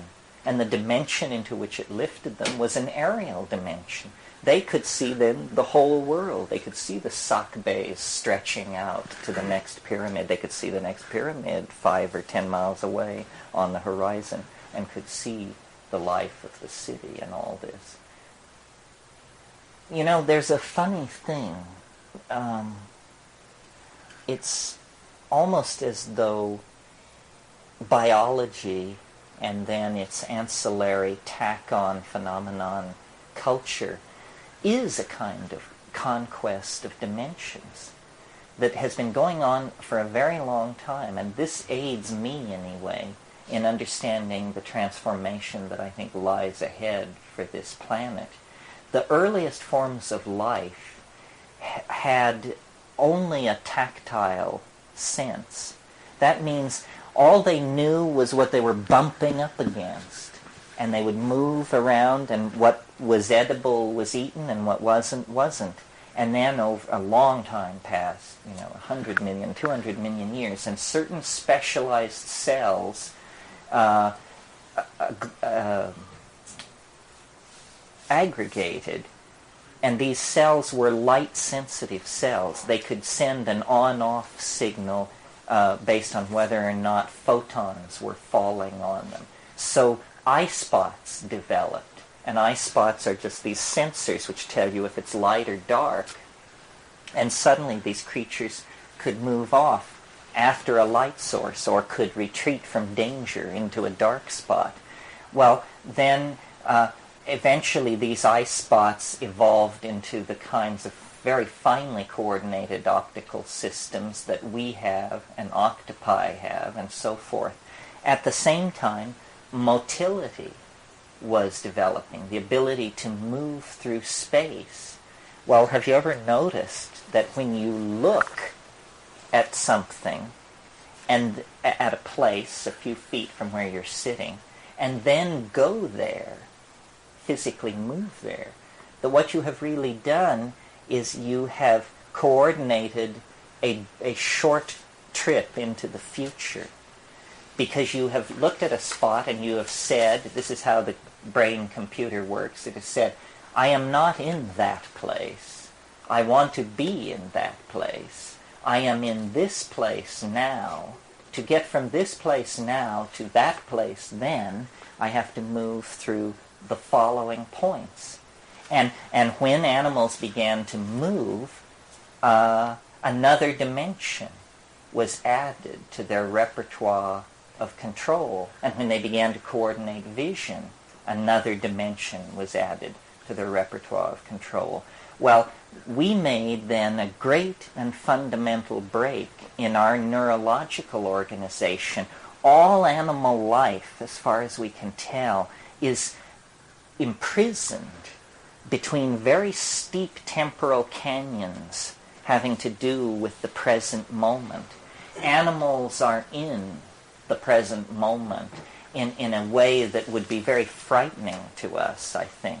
If you could suddenly enter the mind of an animal, the immediate thing that you would notice that would really unnerve you was the absence of a past and a future.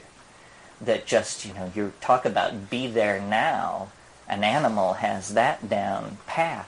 Well, when we, through language, that was the great... Language is a strategy for binding time.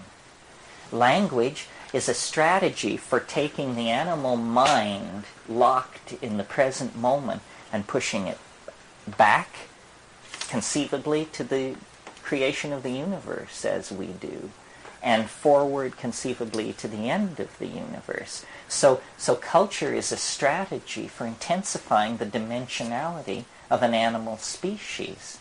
And when you then get into what's called epigenetic coding, not simply being able to recall the past neurologically and project the future neurologically, but to actually write down the past and calculate the future, well then what is happening is mind is spreading out through the dimensions available to it. And this whole cultural intensification that we call the 20th century, the spinning down and interconnecting of technologies and animal ecosystems and philosophical systems, all this knitting together is a going hyperdimensional of our species, that yet more of the future and more of the past is apparently to be realized. And if you know anything about virtual reality thinking, there time is to be homogenized completely. I mean, you will not be able to tell whether it's next week or last week, because they will be approximately equally accessible. And somehow the psychedelic experience is related to this bootstrapping process of climbing organizationally from one dimension to another, deeper and deeper into complexity. It's almost as though the psychedelic experience is a viewing of the process from the highest dimension in the plane. One way of putting this that isn't so mathematical is to say what you experience in the psychedelic experience is eternity. All of time. You leave the slowly revolving torus of time, just as one would leave the galaxy in a spaceship, and you go outside, and then you look back, and you see all of time. You see the beginning of life, the end of life, the fiery death of this planet, millennia hence, whatever it is. And I think that this is a true vision, that this is what shamans have achieved. This is what we, with all our sophistication, are confounded by. A shaman is someone who has seen the end. A shaman is somebody who has seen it all. They've run the movie, and run the movie, and run the movie, and they've satisfied themselves that they understand the movie. Then they go back to their place in the movie, and they live it with a small smile, because they know the end. They know how things work. They know what life is. And when you have even a piece of that action, you can get a real handle on peace of mind, on true authenticity, because it's in the tumbling, forward-rushing chaos of the lower dimensional slices of time that we lose it, that we become confused. Who am I? What do I want? Where am I? Who should I be with? What should I give myself to? This is a voice speaking from chaos.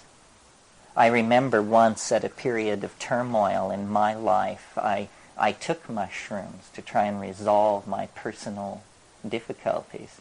And I said, I'll think of a question. You know, they say you should think of a question. So I said, I'll think of a question. The question was, am I doing the right thing? And it's in the point in the trip, I posed this question to it.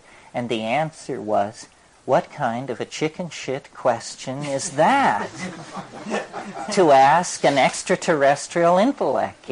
Well, so then I got it, that was a chicken shit question, and that I had been completely misunderstanding the nature of the relationship. This wasn't some kind of little glass ball that gives yes or no when you turn it upside down. This is... I don't know, words fail, but nobody to expect psychotherapy for free from anyway. The problem with determinism is it says everything can't happen anyway except the way that it's happening. Now the problem with that is that it makes the concept of thinking irrelevant. Because you're thinking what you're thinking because you couldn't think anything else. Therefore, the notion of truth or judgment or all of that is completely shot down. So a totally determined universe is the most ultimately uninteresting that there can be. Nevertheless, the universe clearly is, to some degree, highly determined. I mean, we know to within nanoseconds the time of the sunrise tomorrow. And unless there's a serious instability, it will be on time. So there is a degree of predictability. My rap is sort of divided into two parts, and I'm very shy about the second half. The first half is easy for me. It's that psychedelics are wonderful, you should take them, this is the way to save the world, so forth and so on. The second part of the rap is, here's what I've learned from psychedelics, and then not some general kind of feel-good thing, but something that requires a blackboard and tensor equations of the third degree and so forth and so on. And I'm very shy about putting that out. My personal approach to psychedelics before I realized that you could save the world with them, when I just thought that this was some kind of thing, self-exploration, my notion was what it's good for is ideas. It's for generating ideas. And I don't really like the word generating, because you don't generate them, you hunt them. You get in your little boat and you paddle out onto the dark water, and then, you put your feet up and you wait, and you set your nets and you wait. And, sometimes you pull up your nets and something the size of a freight train has gone through them, and you just row for shore, shitting white. And sometimes, minnows, trivia, why does our little finger just fit our nostril? And, the mysteries of the animal body, or all kinds of stuff. But occasionally, and it's worth fishing a lifetime, occasionally something will come into the nets that is not so small as to be trivial and not so large as to be incomprehensible, and this thing can be wrestled with for hours and eventually brought home to show the startled folks back on shore. And this showing the startled folks back on shore makes history. All these ideas come out of interaction with these plants. The number of ideas, which when you pick up a straight encyclopedia, should be traced back to herders and people who kept animals. People say, astrology, astronomy, it was invented by people watching their flocks. The calendar, time, was invented by people watching their flocks. All this other, they weren't only watching their flocks, they were also watching the cow pies of their flocks for mushrooms. And, music, all of these Pythagorean insights into order, I think, come out of this herding, domesticated animal husbandry, we call it, husbandry, because it's a model of caring for nature. And these ideas are the inspiration and the purpose, to my mind. I mean, the social purpose, because I can, get rid of my stuff and feel better about how I was abused in childhood and this and that and the other thing with psychedelics. But that's all personal growth stuff. But an idea, can be shared. You can take it and you can lay it at somebody's feet. And where do they come from? When you ask the question, where do the ideas come from?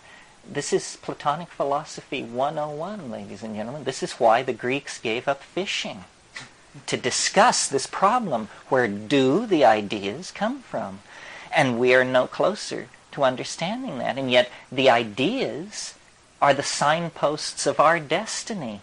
They guide us forward, and yet we know not from whence nor whither. Well, I think now, so Plato's take on that was, he said, well, there must be a perfect world somewhere where all these things exist and the numbers and everything, there's a perfect form for everything in a higher dimensional world called the archetypes. Well, 2,000 years of philosophical sophistication have shown certain problems with that point of view, but fewer than you might think. I mean, the mystery of form, the problem of form, what is it? Where does it come from? What sustains it? We are nothing more than form. If it weren't for form, we would be no different than the dirt under our feet. And form intrudes into matter, and then it withdraws. And when it withdraws, they put you in a hole and put dirt on top of you. So it's very important to understand, what is this coming and going of form? If we take this pillow and saw it in two, it's a pretty undramatic event. If we take one of us and saw us in two, it's an extremely dramatic event. And what is the difference there? It's that this object is three-dimensional, and this object is four-dimensional. This object has a quality about it called being alive. Being alive, also technically known as metabolism, means that material is moving along temporal gradients within the confines of this organism. Material is not moving along any gradients within this thing. It's just where it is. There it sits. But in here, a form is being maintained from within. And if I were to die, the form would collapse. Here, no form is being maintained except the form imposed. This is an imposed form. It has no sense of itself, and it doesn't sustain itself from any kind of internal integrity. But higher dimensional objects, like animals and plants and human beings, have this quality. Well, so then what we've been talking about here, albeit sloppily, is the fact that we seem to occupy a higher dimension in the natural order than other things. And this higher dimension has to do with the fact that we have a little piece of mind, a little chunk of this higher order organization. Well then, going toward that, as visionaries, as users of psychedelics, society keeps adjusting its trim tabs, as it were, to mirror this transcendental goal. And this is what we want to become. We want to become like the sensed object in our imagination. And shamanism is a pipeline about this. It's almost as though the end state, well, here's a model for it. It's almost as though the ordinary causal flow of information from the past to the future must make a place for like a 3 to 5% backward flow. And this is what we call intuition. It's that vague, unformed knowing that comes without any baggage of causal mechanism, but it's true knowledge. You know how it's going to be. Well, it may be that time is somehow information permeable, that future potential states of existence are actually somehow in resonance with states of existence in the present and in the past. Our models of how the world works are very, very simple. I mean, basically we operate with mechanical push-pull models that are appropriate to very simple mechanical systems. And yet we know that we are far more complex even than the most complex physical systems. This last 15,000 years has been something, and the last 500 years has really been something. It's so close now, the transcendental object, that it informs everything. The metaphor, the model to hold on in your mind as you gaze at the earth in its travail is the metaphor of birth, not death. That a gestation process of 20,000 years is coming to an end. Culture using, language using, minded creatures are coming to some kind of fermentative climax. And we cannot extrapolate the human career on this planet centuries into the future. It ain't going to be like that. It's an absurd question to ask the question, what will the world be like in 500 years? what the world will be like in 500 years is unimaginable, because in the next 40 years, we are going to pass through this quantized transition where we actually become insiders and players in the game. History is a state of becoming. It's a state of moving from the inarticulate, unreflecting, animal style of organization to the self-reflecting, minded, conscious, energy-controlling style. But to get from one to the other takes about 20,000 years, and it's a bitch. You don't know where you are. You don't know up from down. You cannot tell what is happening. There's just migrations and warfare and pogroms and gene mixing and hysteria of every sort and Messiah this and religion that, and they're slaughtering these people and these people are doing that. And it's like a bad dream. It's like a psychedelic trip is what it's like. It's a 15 to 25,000 year dash to authentic being from the animal body. And it would have been a lot easier to understand if 10,000 years ago we hadn't cut the telephone wire to nature. Because from then on we haven't been able to figure out what's going on. And it's been left to men with large egos to figure out what was going on.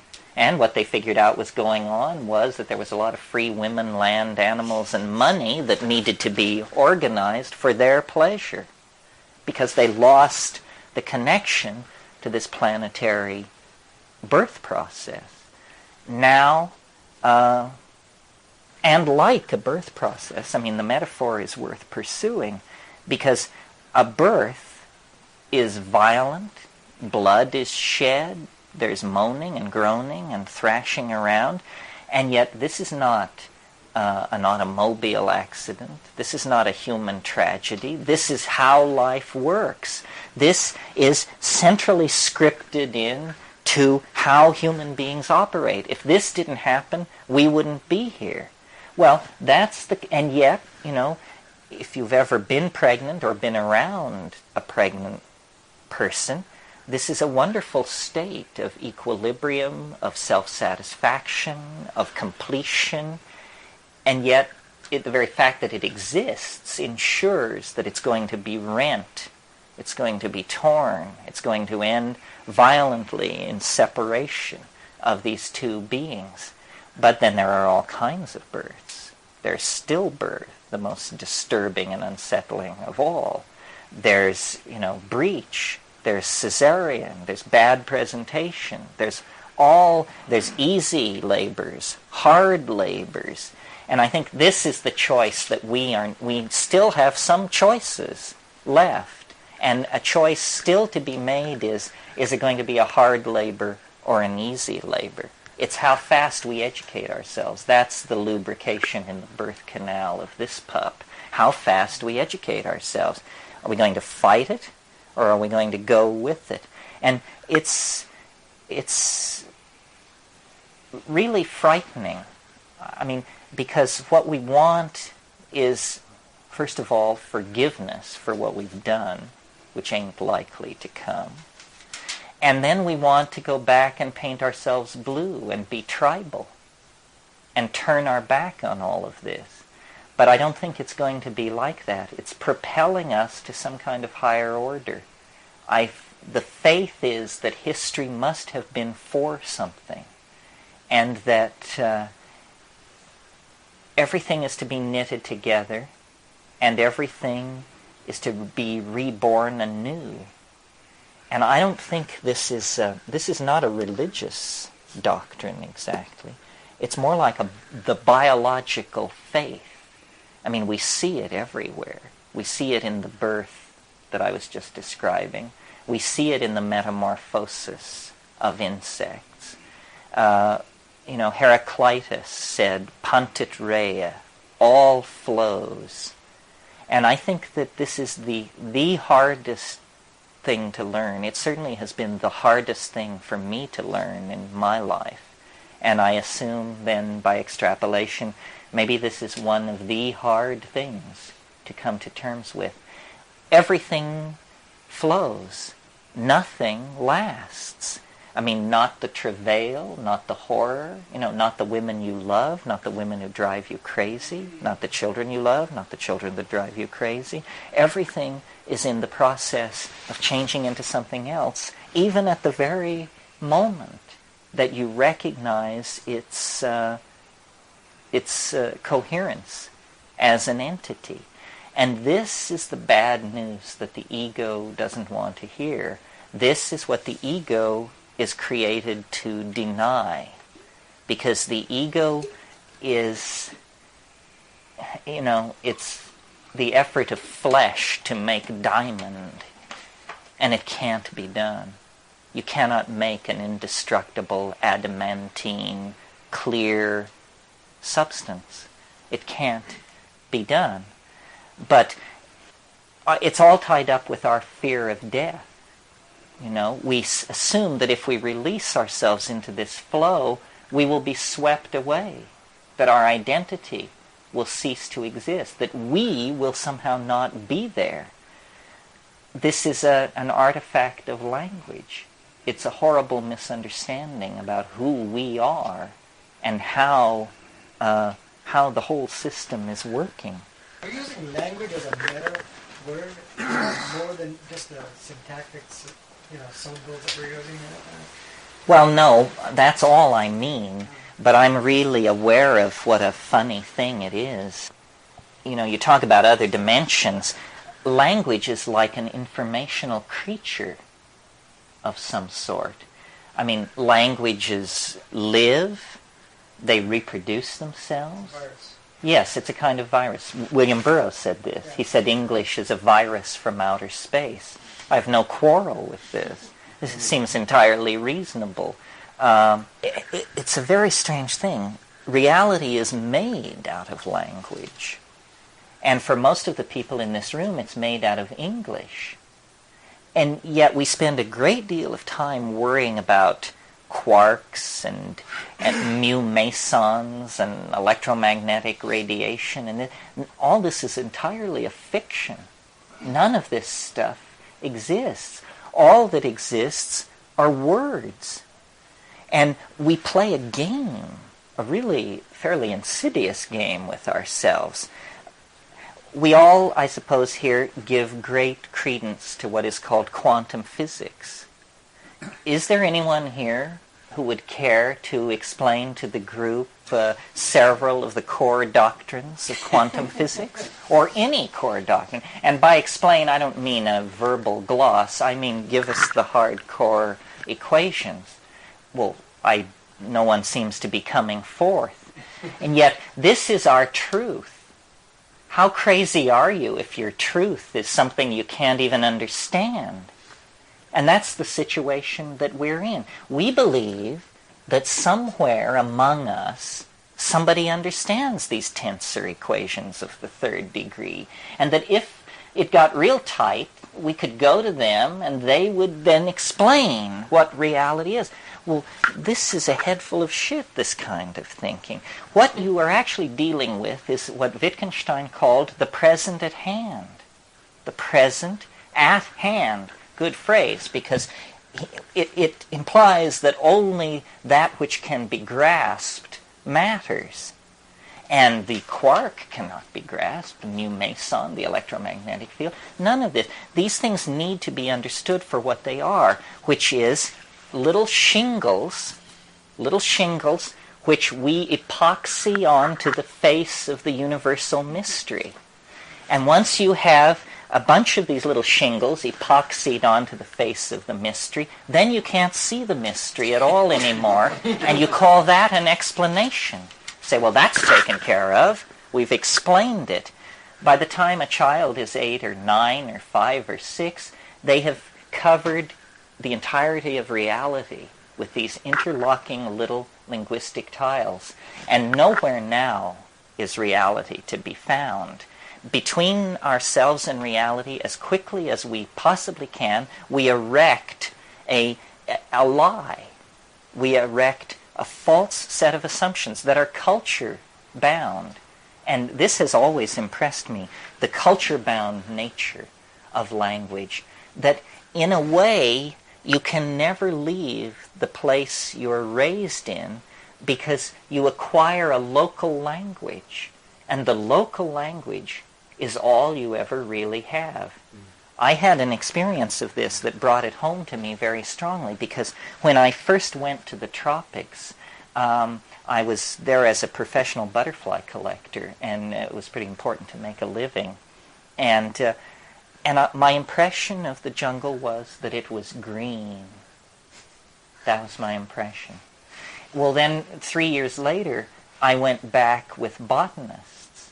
Well, if you know anything about botany and taxonomy, what it is it's an orgy of language.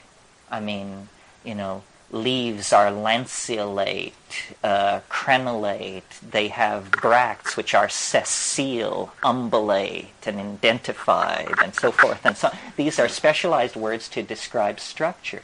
You go with a botanist into the jungle, and the jungle becomes unbelievably rich. Here are melanostomes, malfigs, varrolas, all kinds of things. And as soon as you put words to it, reality emerges. So you see, here is language as a double-edged sword. Out of the undifferentiated, it creates miraculous new realities to which we immediately habituate, undervalue, and profane. In other words, familiarity breeds contempt. But somewhere between silence and the familiarity that breeds contempt is the living essence of the word and its meaning. This problem of language is central, I think, to understanding the psychedelic experience. What I see happening on these tryptamines is the project of language goes from being something which you hear to something which you see without ever crossing over a quantized moment of transition. Well, this is, to my mind, absolutely astonishing, and I think I'm a pretty tough nut to crack. When you see language, it's amazing, because it's a paranormal thing, or it's like it cheats. It achieves paranormal intensity without violating any of the laws of physics that I'm familiar with.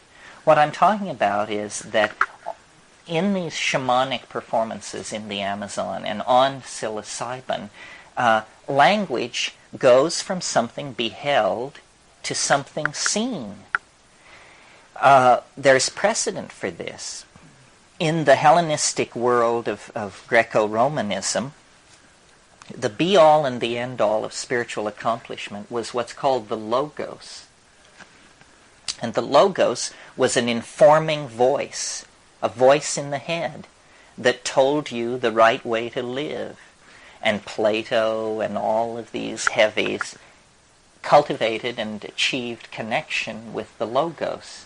Well, there was a Alexandrine Jew named Philo-Judaeus, who was a great commentator on the religions of his period, and he wrote about what he called the more perfect logos. The more perfect logos. And he said, what is the more perfect logos? And then he answered his own question.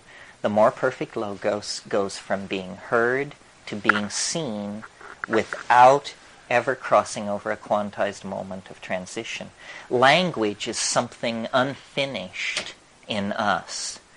It's something that was catalyzed out of animal organization by hallucinogenic activation of brain states, and it is something that is in the act of perfecting itself. And when it is completed, my faith is that words will be seen, not heard. The whole way in which we organize our language around visual metaphors when we talk about clarity. So if someone is able to communicate, we say, she spoke clearly. That's a visual metaphor. We say, I see what you mean. I see what you mean. That means I understand you. I see what you mean. He painted a picture. It means unconsciously, at the unconscious level, we connect visual metaphors and the visual sense with clarity of understanding. And what's happening in the ayahuasca cults, in the mushroom intoxications and so forth, is an invocation of the visible logos. It comes into being in the shared space. You control it with sound. I mean, you discover that sound is something that you can see. And this is, I referred to this morning and when I talked about how we may be a one gene mutation away from a transformation of language. You can sit, feel perfectly normal, not feel wired or depressed, not have visual activity in the visual field, and then you generate a tone like and you see that it's a certain shade of lemon yellow with a chartreuse edge running on it. And then you and it shifts to pink blue. Well, you begin to experiment with this and you discover very quickly that you can do more than just generate colors. You can generate modalities. You can generate shapes as you begin to relax into an unconscious expression of syntax. Form begins to behave itself in the space in front of you. And that language may have existed a very long time before anybody got the idea that you could use a certain sound, like glass, to mean a certain complex object. Because on psilocybin, glossolalia is frequently triggered. Glossolalia is normally presented as speaking in tongues, a religious phenomenon of fundamentalism, and the fundamentalist spin on it is that these are ancient biblical languages and that you're being possessed by an angel or something. But in fact, at the primitive level of religion worldwide, glossolalia is frequently met with. And all of us have an ability to relax away from meaning and still retain syntax. It's just something you would never do because we're programmed to always mean something when we speak. But in fact, babies don't do this at all. They love to babble, and they only late in the process learn to attach meaning. Well, so then under language in the humble service of meaning, there is language for itself, sort of the ding en siche of language. And, well, I'll give an example of it and then discuss what's going on. Nide gewund wai haxikevichni molgum voapaketen didikin hipikektet e dejigeve wai ham bikikitit if mon olktive indidikt quahabagenket kifidut ulmikin dital. Okay, now what's happening here? First of all, ordinarily we associate this speed of vocal noise with words. Words are small mouth noises. That's all they are. You see, if you're going to have a creature which communicates among the members of its species, you have to have a low energy form of communication. Otherwise you'd be exhausted from the effort to communicate. Well, small mouth noises are great.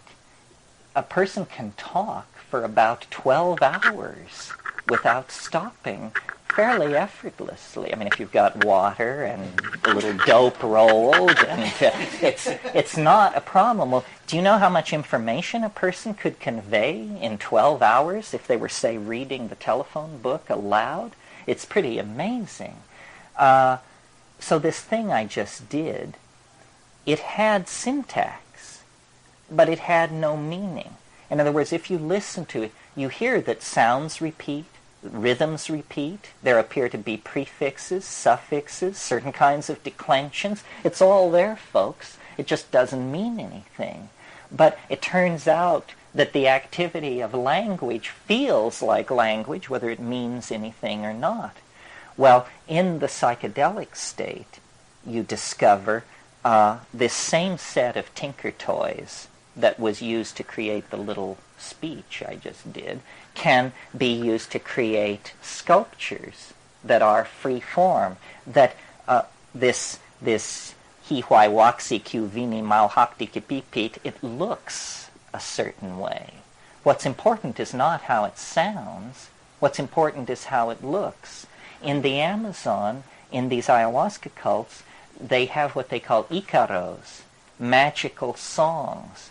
Icaros are visual art. They are intended that way, and they're criticized that way, and their success or failure is judged entirely in the visual domain, and yet they are made out of sound.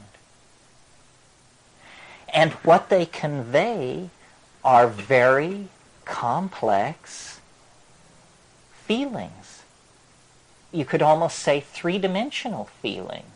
Feelings so complex that they won't lay down and be a sound like hate, fear, revulsion. They won't do that. They can only be laid out as grammatical objects of a higher order. And I think that this process is happening in human beings, the push toward visible language. But it's being accelerated by the psychedelics, and that we are trying to become for each other visual objects, and we are trying to become capable of generating these things. Now, why I hold these conclusions is because in the DMT flash, which is the most intense quintessence, most quintessential distillation of this kind of stuff, you encounter the shamanic entities, the spirits, the ancestors. And this is really confounding. I mean, we can put up with shifting cobwebs of color and weird insights about our nostrils and our little fingers, but not entities. And yet, in that space, these things exist. And they're preaching this ontological transformation of language. This is how entities in hyperspace communicate. It's as though everything has had one dimension added onto it. It's as though we are existing in some kind of squashed version of a larger superspace that can simply be mentally unfolded through the act of encountering a psychedelic substance. I think it's big news that these entities exist. Now, if you were to go to a shaman in a classical culture and say, what's it about? What's going on here? They would unhesitatingly tell you that these are the ancestors. Say, oh yes, these are the ancestors. We cure using the ancestors. And this is, I think, very unsettling for us as Westerners. We'd much rather accept the notion of friendly extraterrestrials communicating through the mushroom than that this is the dearly departed. I mean, that really, you can feel your boundaries beginning to quake against that possibility. It was very interesting. Recently, there was a new edition of Evans Vence's The Fairy Faith in Celtic Countries, which if you've never read it, it's quite an interesting book. Y.E. Evans Vance was an American who became a great scholar of Mahayana Buddhism and wrote the Tibetan Book of the Dead, the Tibetan Book of the Great Liberation, Tibetan Yoga and Secret Doctrines, and so forth. But his doctoral thesis when he was a young folklore student at Cambridge in 1911 was he wanted to study the fairy faith. And he went to Brittany and Wales and Ireland and interviewed the oldest people in the districts, the crones and the old people. And it's a wonderful book to read because these people just tell these stories, and it's absolutely convincing. I mean, the fairies are real, the fairy faith is real. And when you asked, when Evans Vance asked these people, what's going on, they said, well, these are the dead.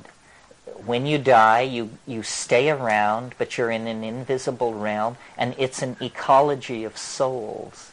My phrase, not his, an ecology of souls. But this is what is revealed on DMT, is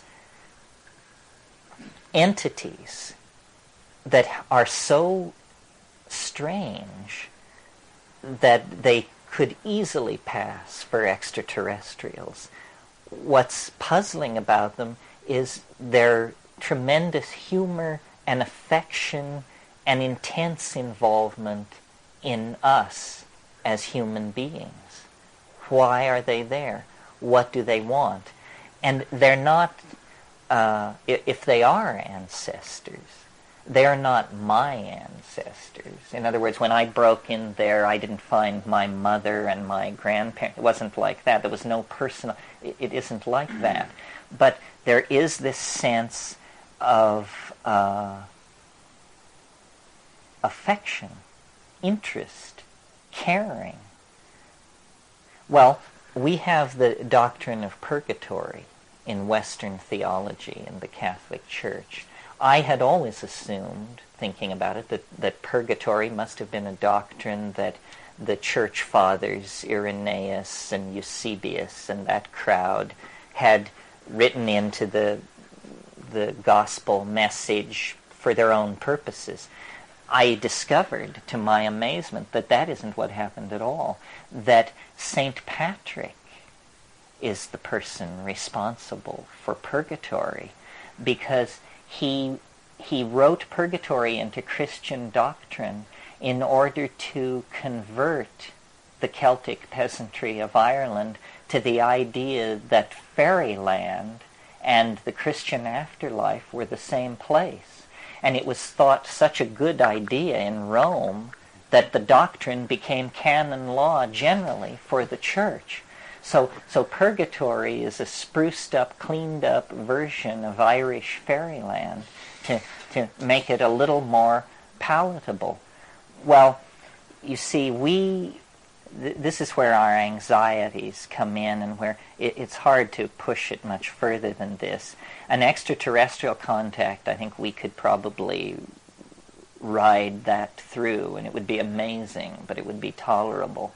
But if what's happening is that at the end of history are waiting the dead, and that our notion of reality is so skewed that we don't even know the most basic facts about the cycles of life and death and rebirth, then it's going to be quite astonishing for us, I think, to come to terms with this.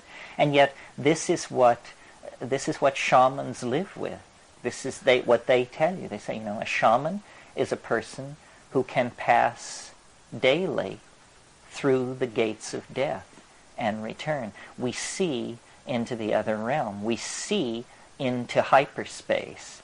As inheritors of the rational tradition, this is pretty hard for us to swallow, because I think, maybe it's not true anymore, but in my personal process of rejecting Catholicism, I did manage to convince myself that when you're dead, it's over with.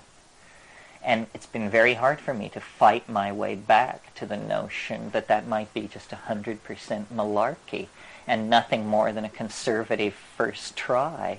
And now I think much more in terms of dimensionality, and that I don't know what a form is, but the process of the fertilization of an egg, of any organism, it doesn't have to be a human being, the life of that organism, and then its death and dissolution, is the process of a form descending from hyperspace, clothing itself in matter, and then withdrawing from matter, returning to hyperspace. And this concept of hyperspace is very, very necessary to understanding this stuff, because if you look at what shamans do that is so confounding, they find lost objects, they cure disease, they rescue lost souls, they discern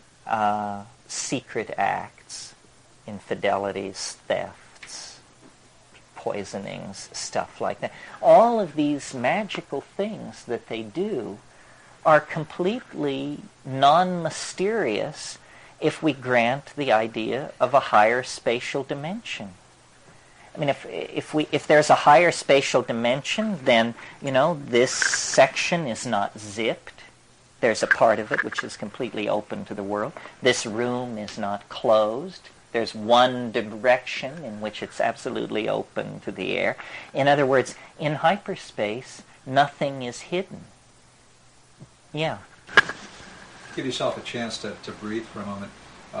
Why do you think it is? I mean, we as human beings have evolved with pretty much all the equipment we need to get along and do things. Why do you think it is that we have evolved with such a poor understanding or no understanding of these matters of which you speak?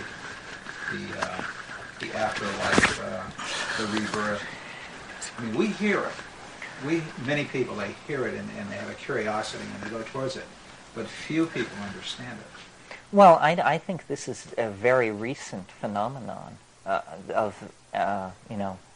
culture is a narrowing, obviously. I mean, if a man can have 10 wives, 2 wives, no wives, 1 wife, well, then you go into a culture, you're going to make a choice.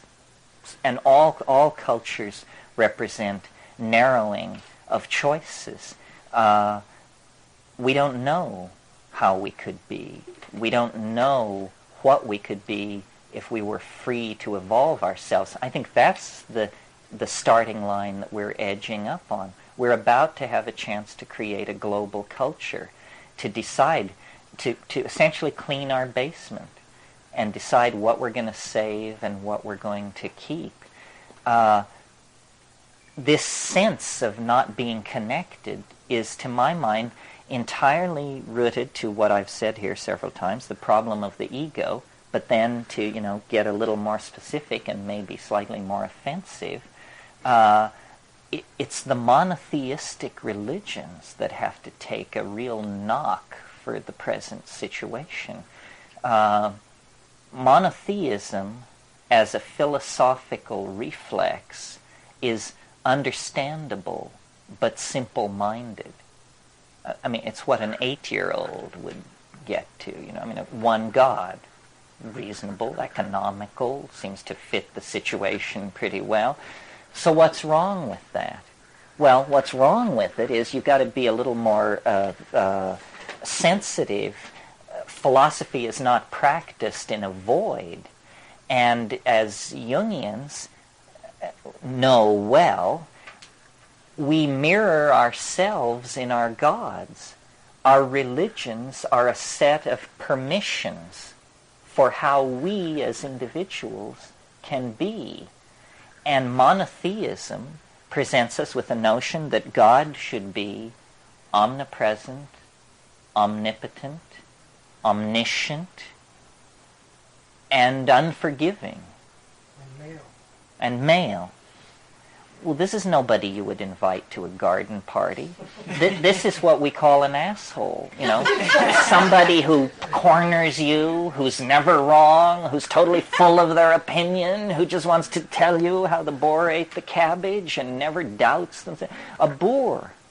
So we have enshrined at the center of our cultural machinery the archetype of the unbearable boor, and then we've gone out to realize it. And we try to fine-tune it. We say, okay, well, this Old Testament religion with all this ritual and dietary, this isn't it. So then along comes Christ and tries to fine-tune it.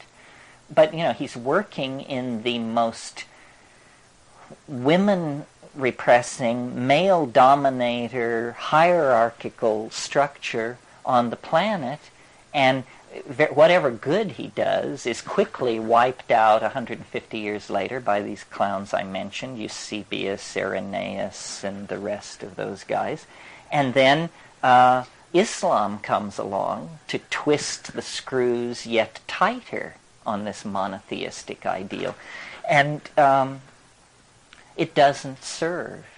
And it was put in place because people tried to figure it out on their own. Monotheism is what you come to if, full of sincerity, you try to figure it out on your own. But if you will just forget being full of sincerity and take mushrooms, you will never come to this monotheistic conclusion. It just appears preposterous because the multiplicity, the shifting, unpredictable, boundaryless, maternal nature of things is what forces its presence into your consciousness. We are born in the mystery. It's all around us. Everything is provisional. And this is something worth talking about, I suppose, because it's a psychedelic point of view. Every society has always believed that it possessed 95% of the truth and that the next 5% would fall into place in the next 15 years. And yet these societies have just been all over the map, and we don't understand anything. And in fact, we have taken a more perverse turn than most. We have substituted the incomprehensible. That's why we get these quarks and mu mesons and tensor equations of the third degree. We actually worship incomprehensibility as the highest form of explanation of what's going on.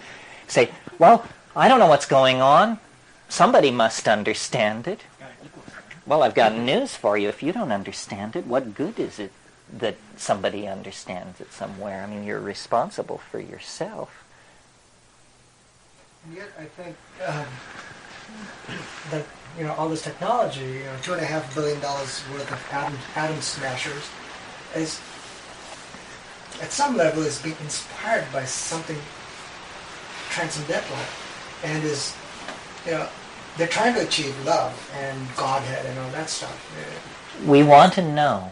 We do want to know. And to science's credit, and this is what I love about science, is that it's not kidding itself.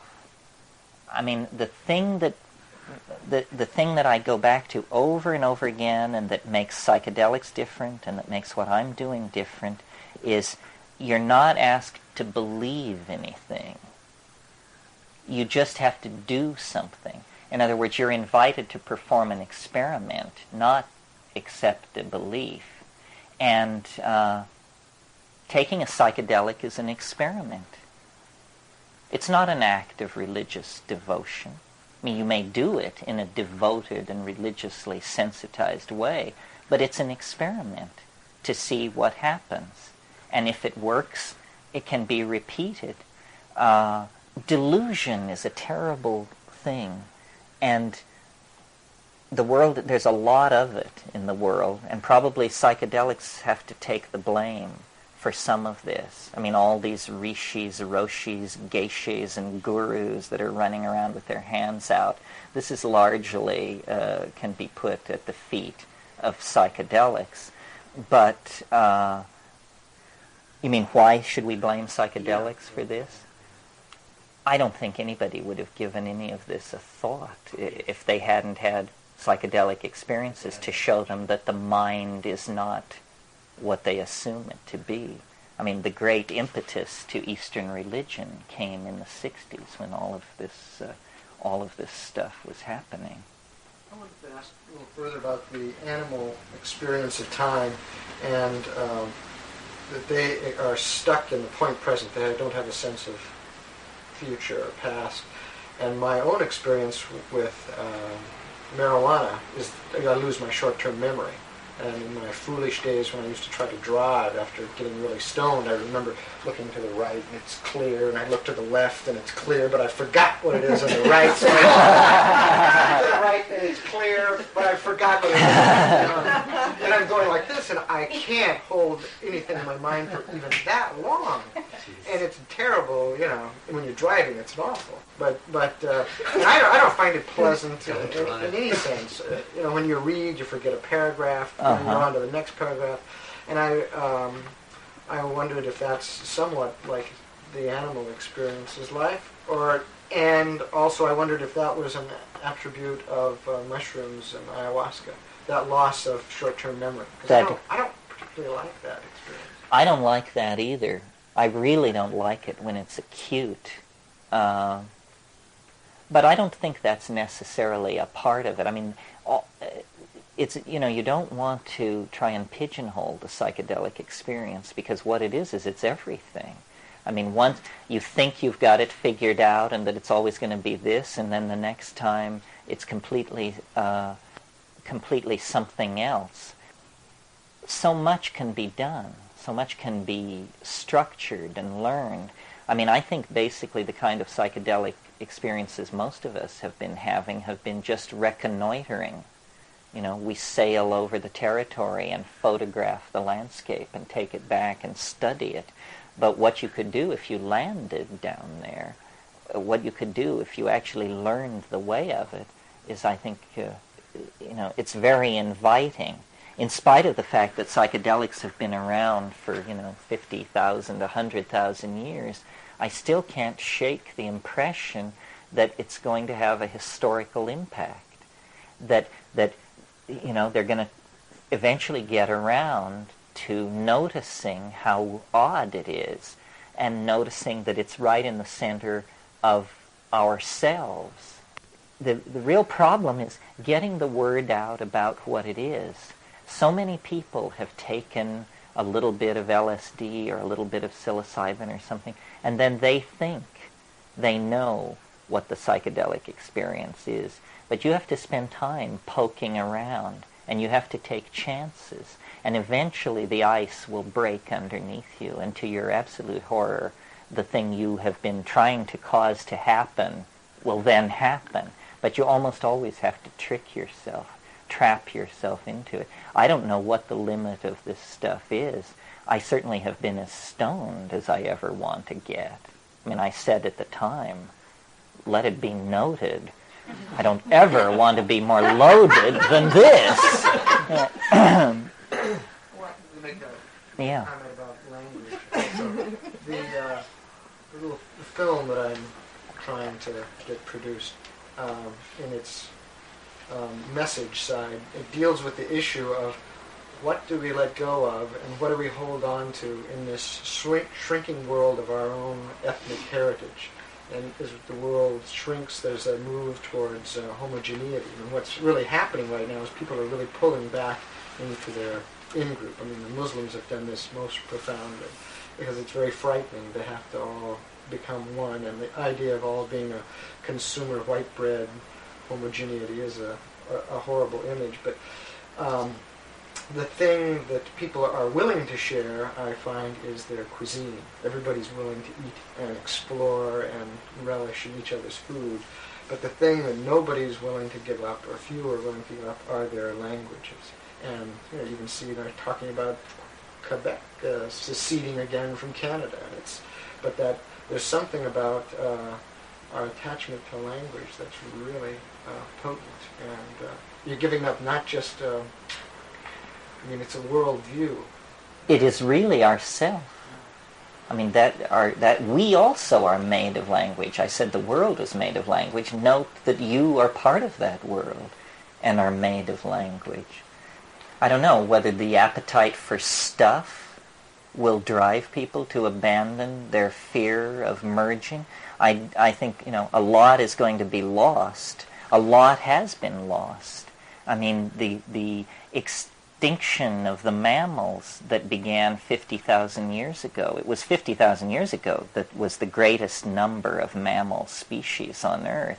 There's been steadily falling species since about that time, mostly due to human predation. And, we're not going to bring back the giant ground sloth and the woolly mammoth and the glyptodont. They're gone for good. And there's no getting away from the poignancy of this process. The cruise is over. We're in the lifeboats. The ship is going to sink. The question is, how does this adventure end? But there's no question that there's going to be a lot of loss and redefinition. I mean, usually in these weekends we get to a place where it comes down to being, this thing about the space issue. Because people love it and they hate it. And it has a lot to do with how you relate to the male ego. Because it's the engineering dream come true, and nature disappears. You replace it with black vacuum.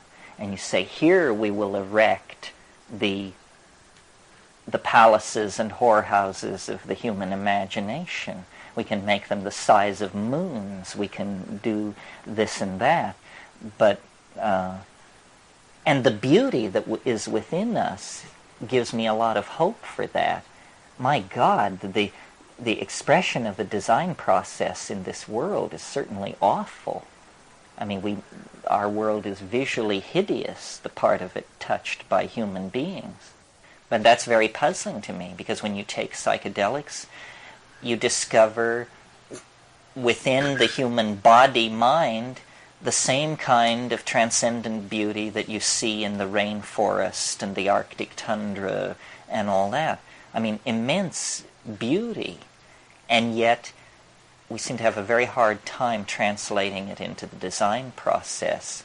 Art is, we haven't really talked that much about art in relationship to all this, but the politics of the situation here in this millennial crisis, I think the reasonable response is to push the art pedal right through the floor.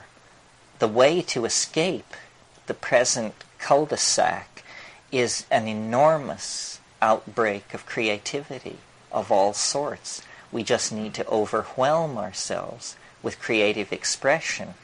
This could be very easily done. We've been in the habit of binding about 60% of our social energy into a standing crop of weapons. And, whatever creativity is expressed in the production and design of these weapons, it goes on behind closed doors in the most excessively testosterone-festered environment you can possibly imagine, which is a military weapons research laboratory. But if we weren't caught up in that, if we could really direct the resources the way we want, we have no idea how rich we are and how perverse our distribution of resources is.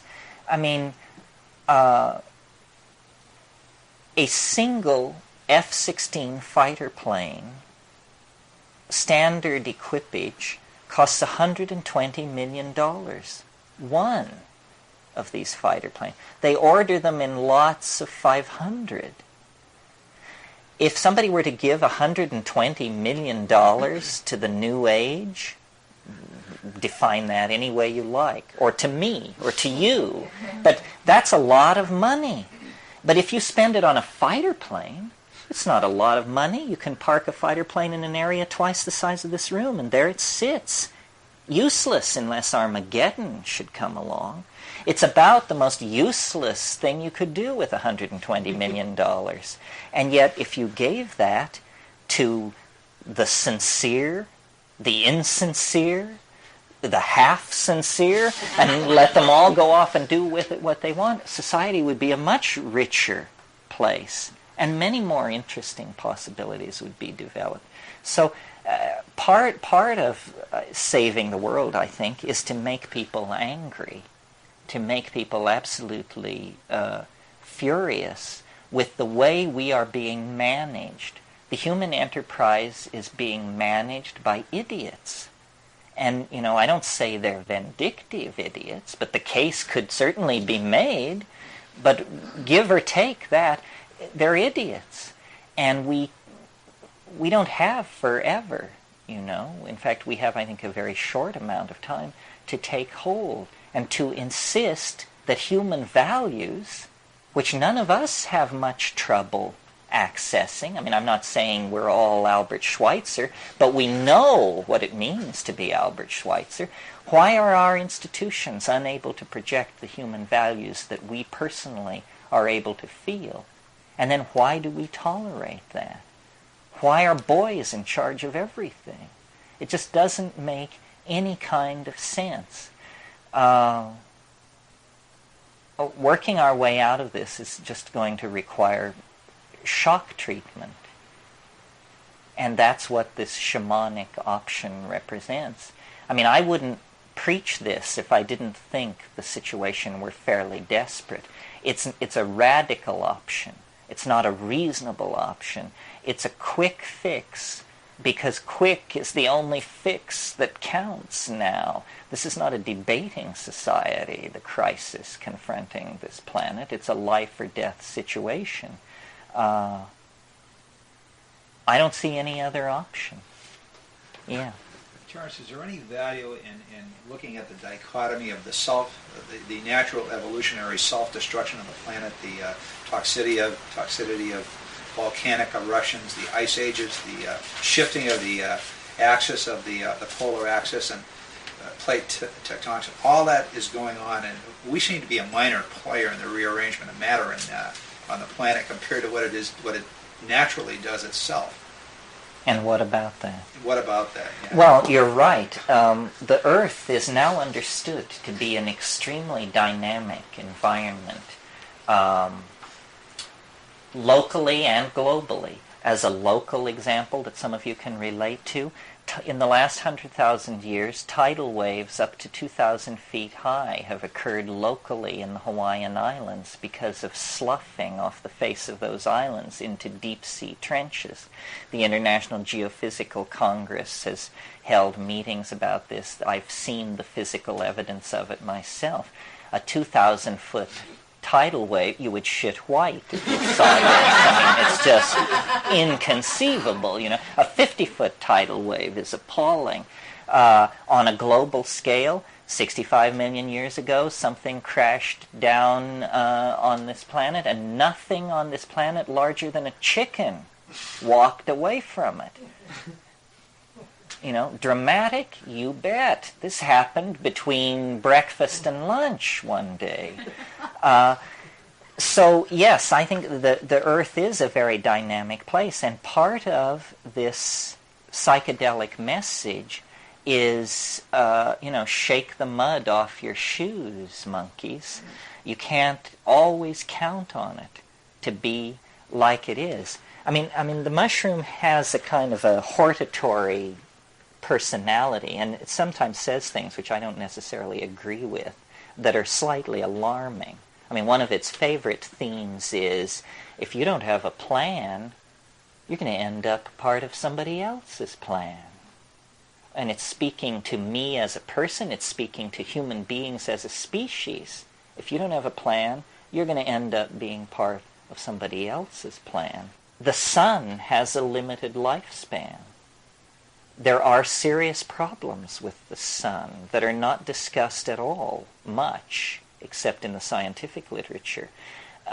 It would take major revisions of nuclear theory, which has been in place without revision for nearly 50 years. It would take major revisions of nuclear theory to explain why there isn't something wrong with the sun. The sun is not emitting neutrinos at nearly the rate it should be if it's a healthy atomic furnace. Is it possible that sometime in the last 100,000 years the nuclear fires of the sun have actually slipped off the main sequence? This is an appalling possibility. You see, if that were to happen, the neutrino flux from the nuclear furnace at the center of the sun would instantly drop. It would be measured within 8 minutes on the Earth, the drop in the neutrino flux. But all physical manifestations of this process would not appear for about 70,000 years. The period of time it takes for core solar material to percolate to the surface. So the neutrino drop would be registered virtually instantly, but it would take 70,000 years for any other thing. Well, if that's what's happening, if the sun is going into some state of instability, well, then we look back in the geological record, and what do you see? 9 times in the past 5 million years, ice 5 miles deep has moved south from the poles. Well, what the hell is that about? And you go further back in the record, and you don't find this. People don't realize this. This planet existed for close to 5 billion years before there was glaciation. Glaciation is a brand new phenomenon on this planet. Why is it happening? well, the obvious place to look is the energy dynamics of the home star. Is it possible then that we're riding an edge more precarious than we know? Is it possible that bios, life on this planet, actually senses limitations and constraints, and that we have been summoned? I mentioned stopgap solutions. We are a stopgap solution. About 2 million years ago, the biospheric mind of the planet said, my God, the sun has just gone off the main sequence. We have approximately 1 million years to organize some kind of arc out of here. A species must be deputized to release energy and to manipulate matter. This species must be brought forward and made dominant species over the earth. And out of that technology, we can perhaps fashion an escape. In other words, we are something that has been called forth out of nature because of unusual dynamics on a very large scale. Well, this is a possibility. Sure. I've had a fantasy since I heard your tape about the evolution of the brain, the next evolution. That it doesn't make any rational sense, but we don't always make rational sense of it. What about the mushroom growing within the brain? Actually not taking it in, but... You mean becoming physically symbiotic? Yeah. Well, yeah.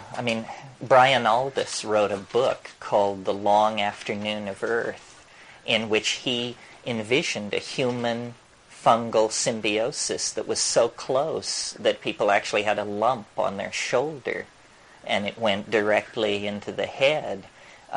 I find this kind of thing a little too creature feature-ish, but I've had the notion, not a notion, it was more like a delusion at certain times, that, and I can't explain it to you, I will just tell it to you, that